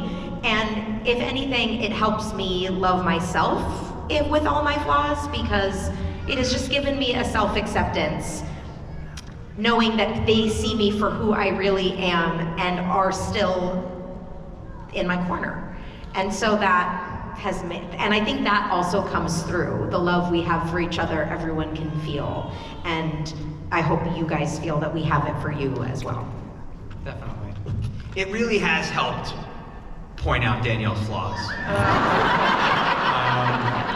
That's what I've gotten for the podcast mostly, is like, she's come to accept them, so but not this flawed. No. you know the thing, it's just, oh my God, this is gonna sound so hokey, like I'm making this, but I swear to God, this is the truth. And this is why the writing on our show was so good. It really has shown me that you don't have to be blood to be family. It's such an important message of the show, but I keep my world very, very small. I deal with anxiety, and it's just, from the time I was 19 or 20, and it makes my world very, very small, so I'm very careful of who I allow into it, and that's not always the best trait, but when you allow the right people into it, they open your world up for you. And that's what they've done for me more than anything else, is they've allowed me to be comfortable being uncomfortable. And it's pretty great, and that's because of her flaws. Thank you guys, appreciate it. Thank you, happy potting, sir. Thank you, Jacob. Come on up to the mic. Oh, I'm so nervous right Don't now. be nervous. This is like a dream come true for me, so I'm just taking this in, seeing you guys here. I've watched Boy Meets World 3 times. Yeah. At different stages of my life. I've grown up with Sean, Corey, and Topeka, quite literally, watching it the 3rd time through, now in college, so. First, a little housekeeping. If I had a nickel for every time I heard about the Scream episode, I have a lot of nickels. But I love it, because seeing you guys all together was one of the best episodes ever, so. And then, Will, your comment about Eric having a romantic interest was really great to hear, because a lot of people agree with you about how they wanted more for Eric, and I'm conflicted because Eric was my crush. Eric had enough love to go around, that's fine. He really did. He really was so lovable and so wonderful, so everyone was lovable and wonderful. Okay, so my question is, I wrote it down. Boy Meets World taught so many phenomenal lessons, truly, and great storylines and character developments. But were there ever any storylines or character moments that maybe didn't sit well or resonate with you guys? I don't remember thinking it at the time, but when we watched the episode where Sean had the pig, and Topanga was so determined to get rid of that stinking pig, I was like, lady, mind your business! So, I don't remember thinking it at the time, but in the rewatch of it, it bothered me. I wanted to reach through the TV and tell Topanga to leave Sean and little Corey alone. it's funny because the rewatch did it for me as well. I had completely forgotten my part in this episode entirely, but the Thanksgiving episode where the Matthews joined the hunters at the trailer park, and I get why they had to do it because they had to make it seem like there was a huge class difference between the two. But Eric, I thought, just came off like a jerk that entire episode. Yeah, so that was one, and that's what I love about doing the rewatch is I completely forgot that storyline, completely forgot. I remembered the episode because it's hard to forget the episode where the cabal of trailer park people come to try to kill the Matthews. But Eric was just such a jerk that I completely put that out of my head. So seeing that again was like, ooh, I didn't like that at all. So yeah, that retroactively did not sit right with me. Yeah, I mean, we talked about on the podcast a lot of the Corey Topanga stuff. But at the time, none of that bothered me. Yeah. You know, when we were filming it, I remember thinking all the Corey Topanga stuff was romantic. It was romantic, it made sense, and now I look at it and it feels really, yeah, lots of red flags. But at the time, I remember, and we haven't gotten into this on the rewatch for the podcast, but at the time, like, I remember all the, like, prom, honeymoon, Corey Topanga, will they not sleep together stuff. I hated as a teenager. I remember thinking, this is so dumb, and, like, this is getting a lot of attention, and I just don't know if anybody cares. And I wonder how we're gonna feel when we get into it. So yeah, I remember at the time being like, it didn't accurately reflect the conversations I was having about sex at the time with my contemporaries. And a bunch of, you know, at the time, 45-year-old men were basically writing about teenage sex lives. That felt weird. That definitely felt weird at the time, and I'm sure it's going to when we get there. Yeah, stay tuned, everybody. Stay tuned. Thank you very much. Thank you. What was your name? Oh, it's Alexia. Alexia. Thank you. Come on up to the mic, my friend. Hi. Hi. First thing, I want to just give some background to my question. So growing up, I started watching it when I was like 7, 8. Now I'm 18, almost 19 this year, and my dad forced me to watch Girl Meets World actually, because he used to watch Boy Meets World growing up. So he's like, this will help you learn life lessons. I just wanted to say I've been growing up watching you guys, and then this year I ended up watching Boy Meets World, and I see like all the positive effects on it. And I hear your guys' voices on other Disney shows, like Ryder, I Love You, as Tom on Star vs. the Forces of Evil. Yeah. That's my favorite Disney show. Thanks. So, but my question here for you is, how does it feel to see younger people come up and say how much they've enjoyed watching you guys on Girl Meets World and Boy Meets World? How does it feel to see younger people approach you to that? So great. It's amazing. Yeah, really amazing. To me, it speaks to the strength of the writing. You know, it's hard. I think that aspect is harder for us to take any credit for. You know, because it really shows that even though we were very much of the 90s, right? In our clothing, in our language, in the way our hair, like there's so many things that we look back on that we were presenting, that we were putting out there, that were very much of the moment and very dated, and yet the strength of the writing and the sort of archetypal character art, like the characters, has made it extend beyond its time in a way that I think a lot of shows from the 90s didn't, or don't have that same level. And so I don't think we can take as much credit, you know, but I think it does make me feel really good about the writing of the show, that there was something a little more eternal going on in the writing. Absolutely. I couldn't add anything more to that. That's exactly the way we feel, and we talk about it amongst ourselves all the time, and it's the thing we've noticed the most doing the podcast is like, wow, this show is great. And it's not about our individual performances, although we have moments where we say that was terrible or that was really good.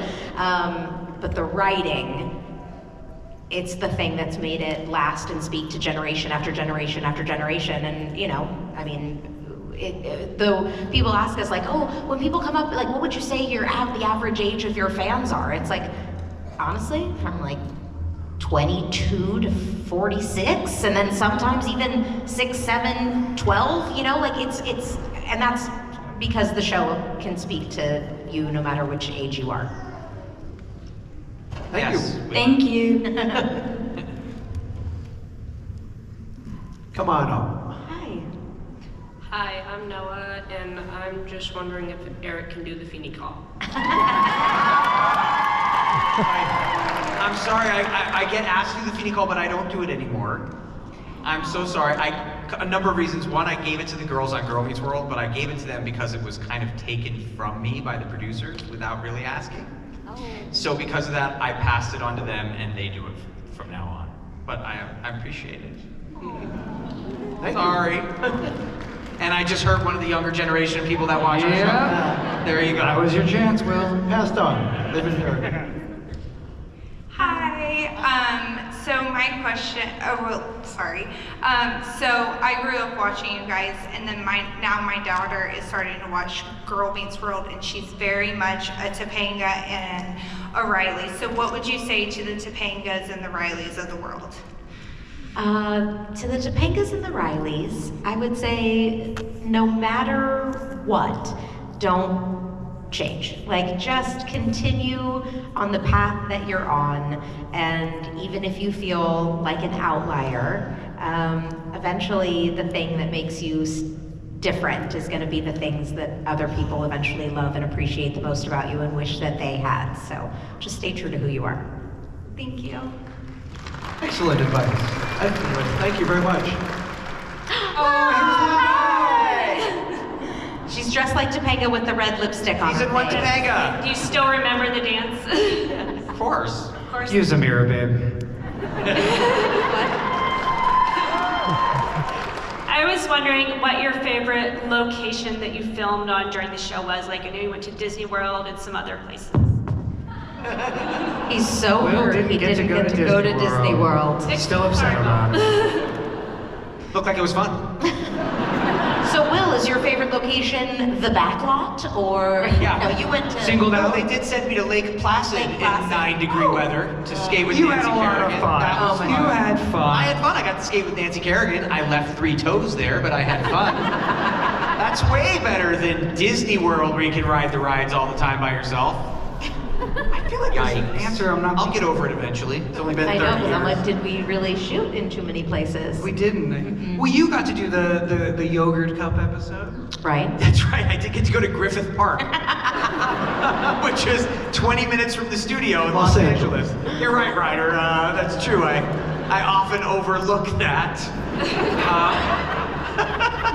I think you've been on location more than I know, 'cause me we- then, because I've literally only went to Disney World and a wrestling match.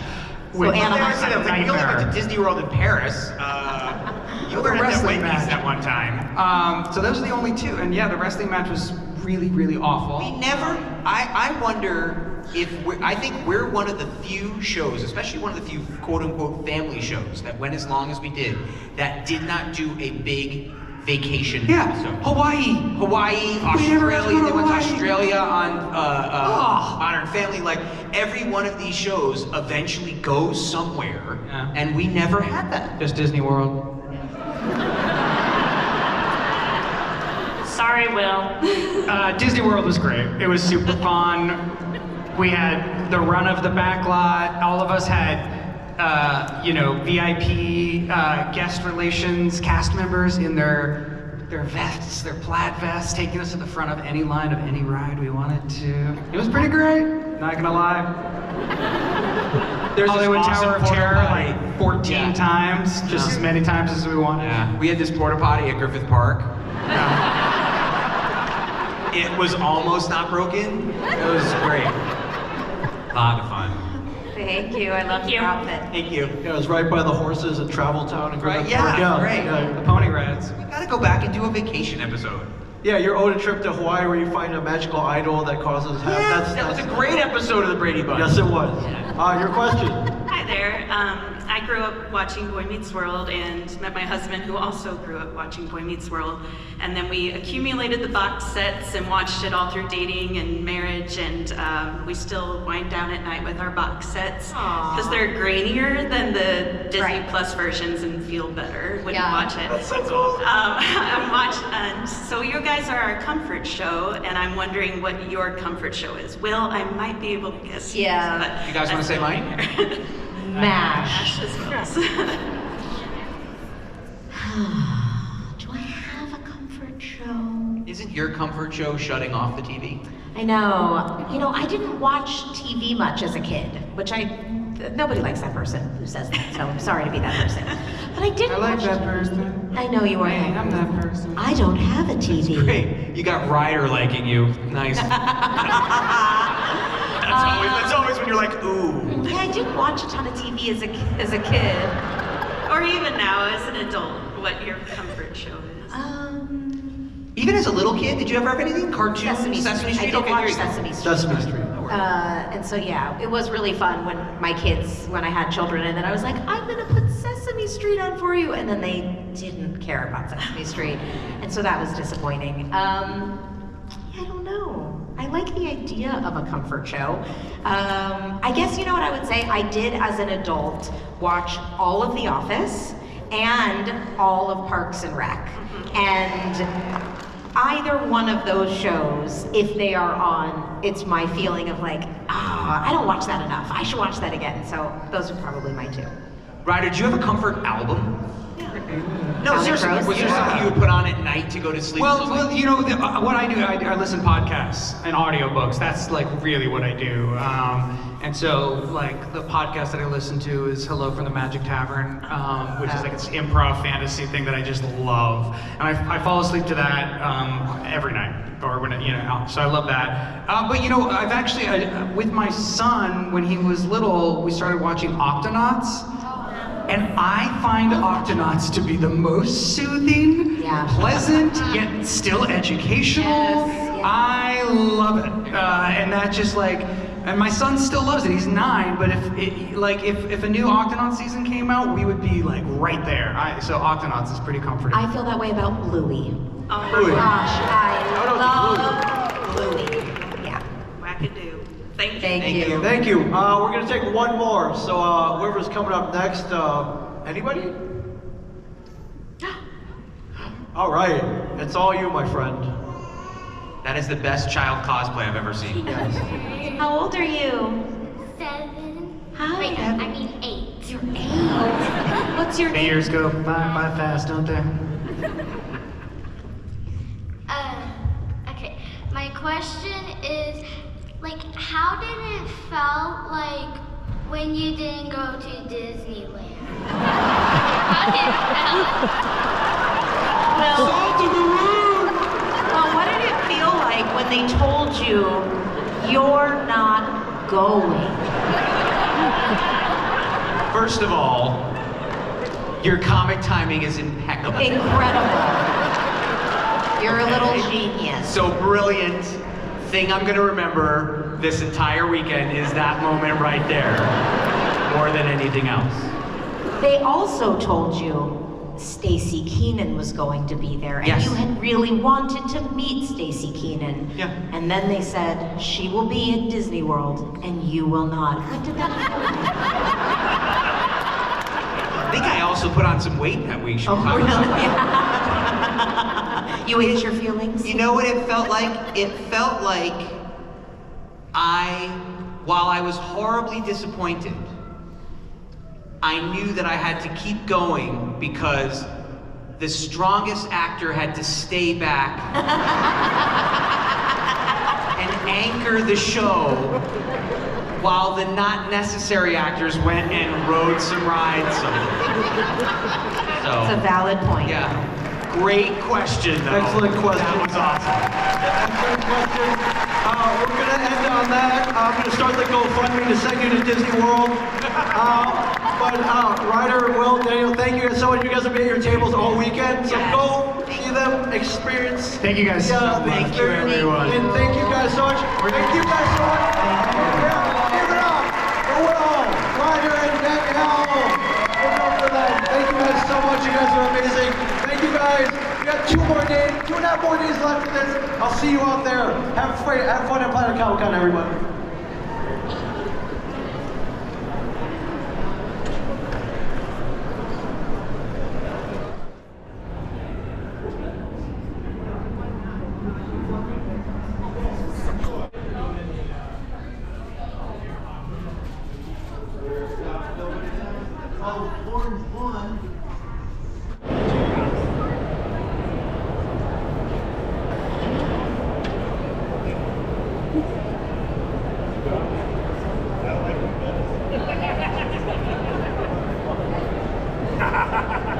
I like your style.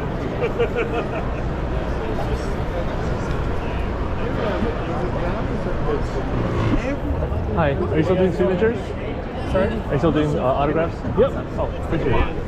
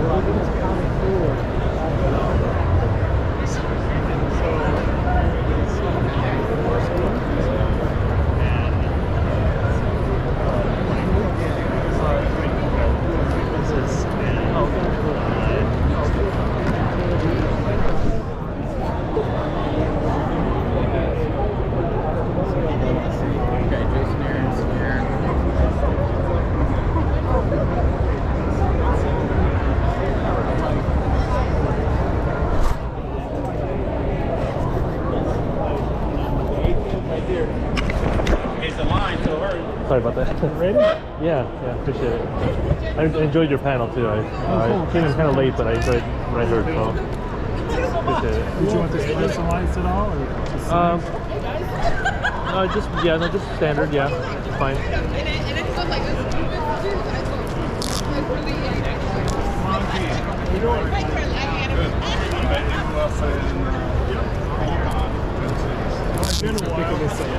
Well, I'm excited to find out about turtles, like a big turtles fan, so. Oh, cool. Well, I hope you'll dig it. I'm alive. Are you going to be doing the, you know how long you're going to be doing the run for yet, or? I mean, I know how long the story is, but I don't really want to say. Not sure yet. We're going to see how it goes. Okay. Forest Lake area. Scandia. Appreciate it.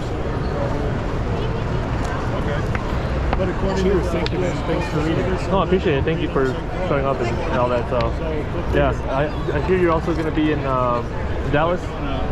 Yeah, Fan Expo Dallas. I'll be there. Okay, cool. I'm from Dallas, so came up here for this. Huh? Is that a good show?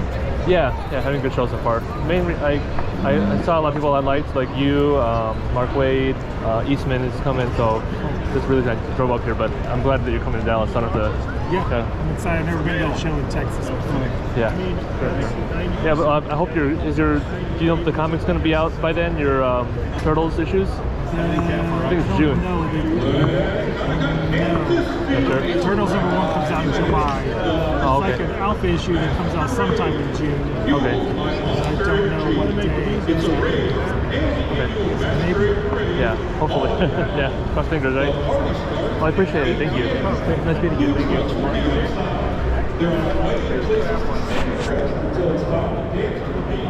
Provided by Monster Energy's special guest DJ from the Stretch Academy out of LA. Expecting wild cosplay days there and fun.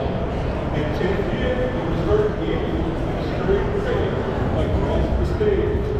This is the time and place for anyone cosplay to come and strut their stuff to the roar of the adored crowd. Sign up to watch the stage start at 8:30 p.m. Guest talk to be on site.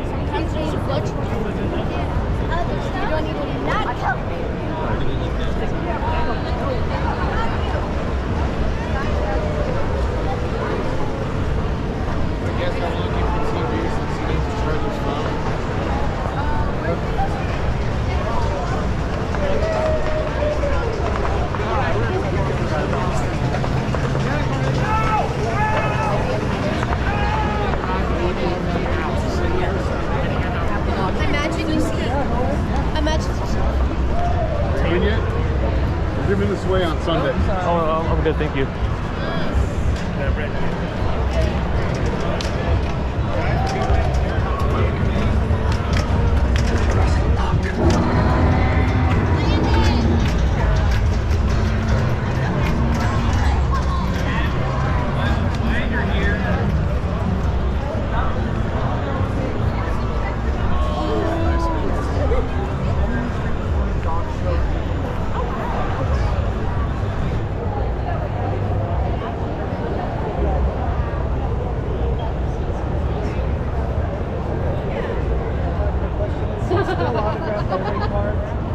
I mean, it's just a chunk of the side. He's like, what's this? So I had to explain it to him. It's like, oh, that's what's here.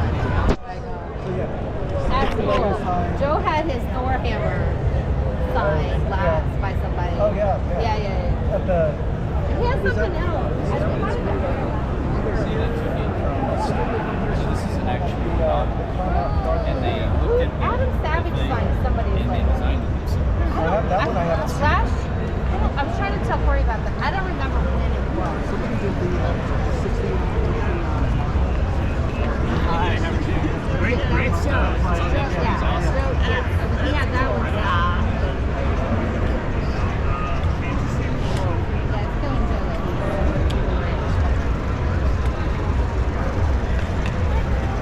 Definitely one of a kind collectibles.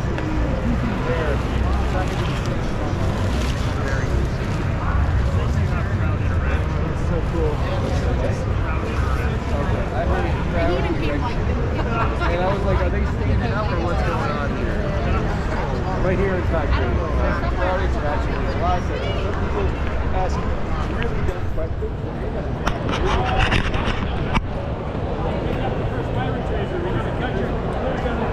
And then now you can put it back in there, and now you're good.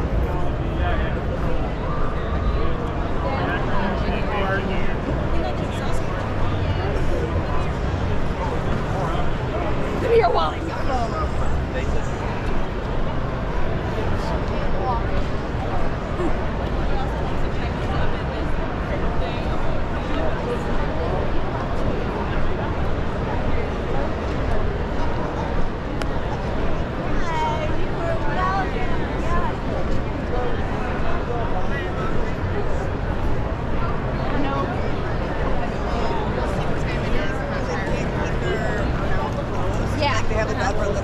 Giving you distance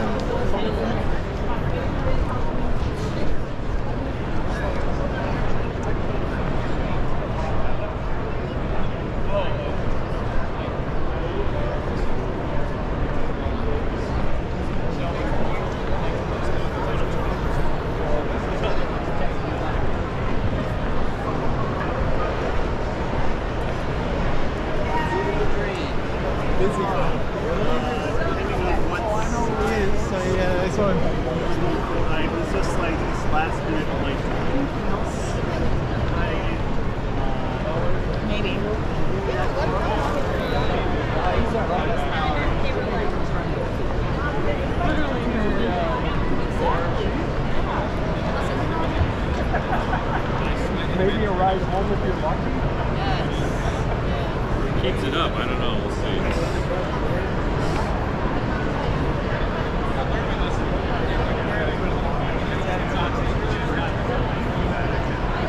JJ was up at 4.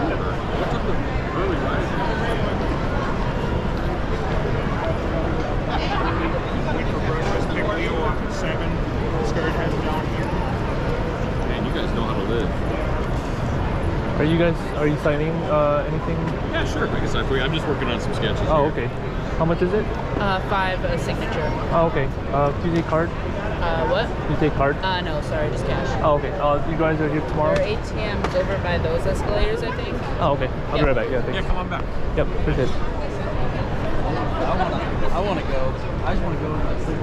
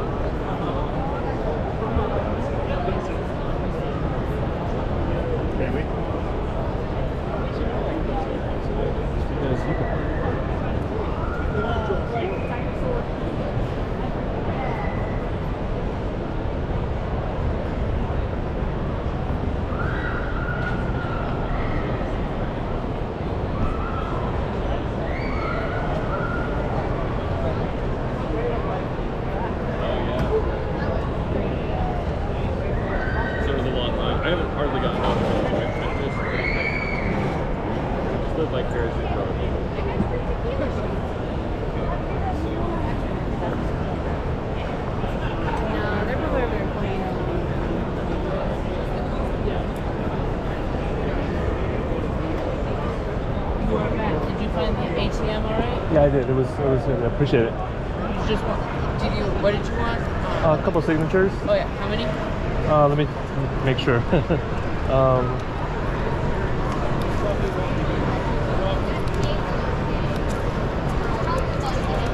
Sorry, 1 second.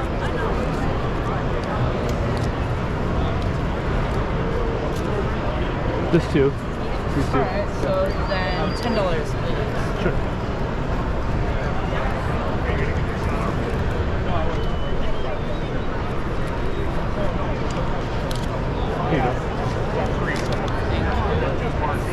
I will sign them in 1 second. You might take them out of the bag for me? Yeah. Thank you. Less of a chance I'll wreck it. Just as much chance as I'll do that too. Well, that's true. See you, man. There you go, sir. I appreciate it. Thank you. You are welcome. See you, bye.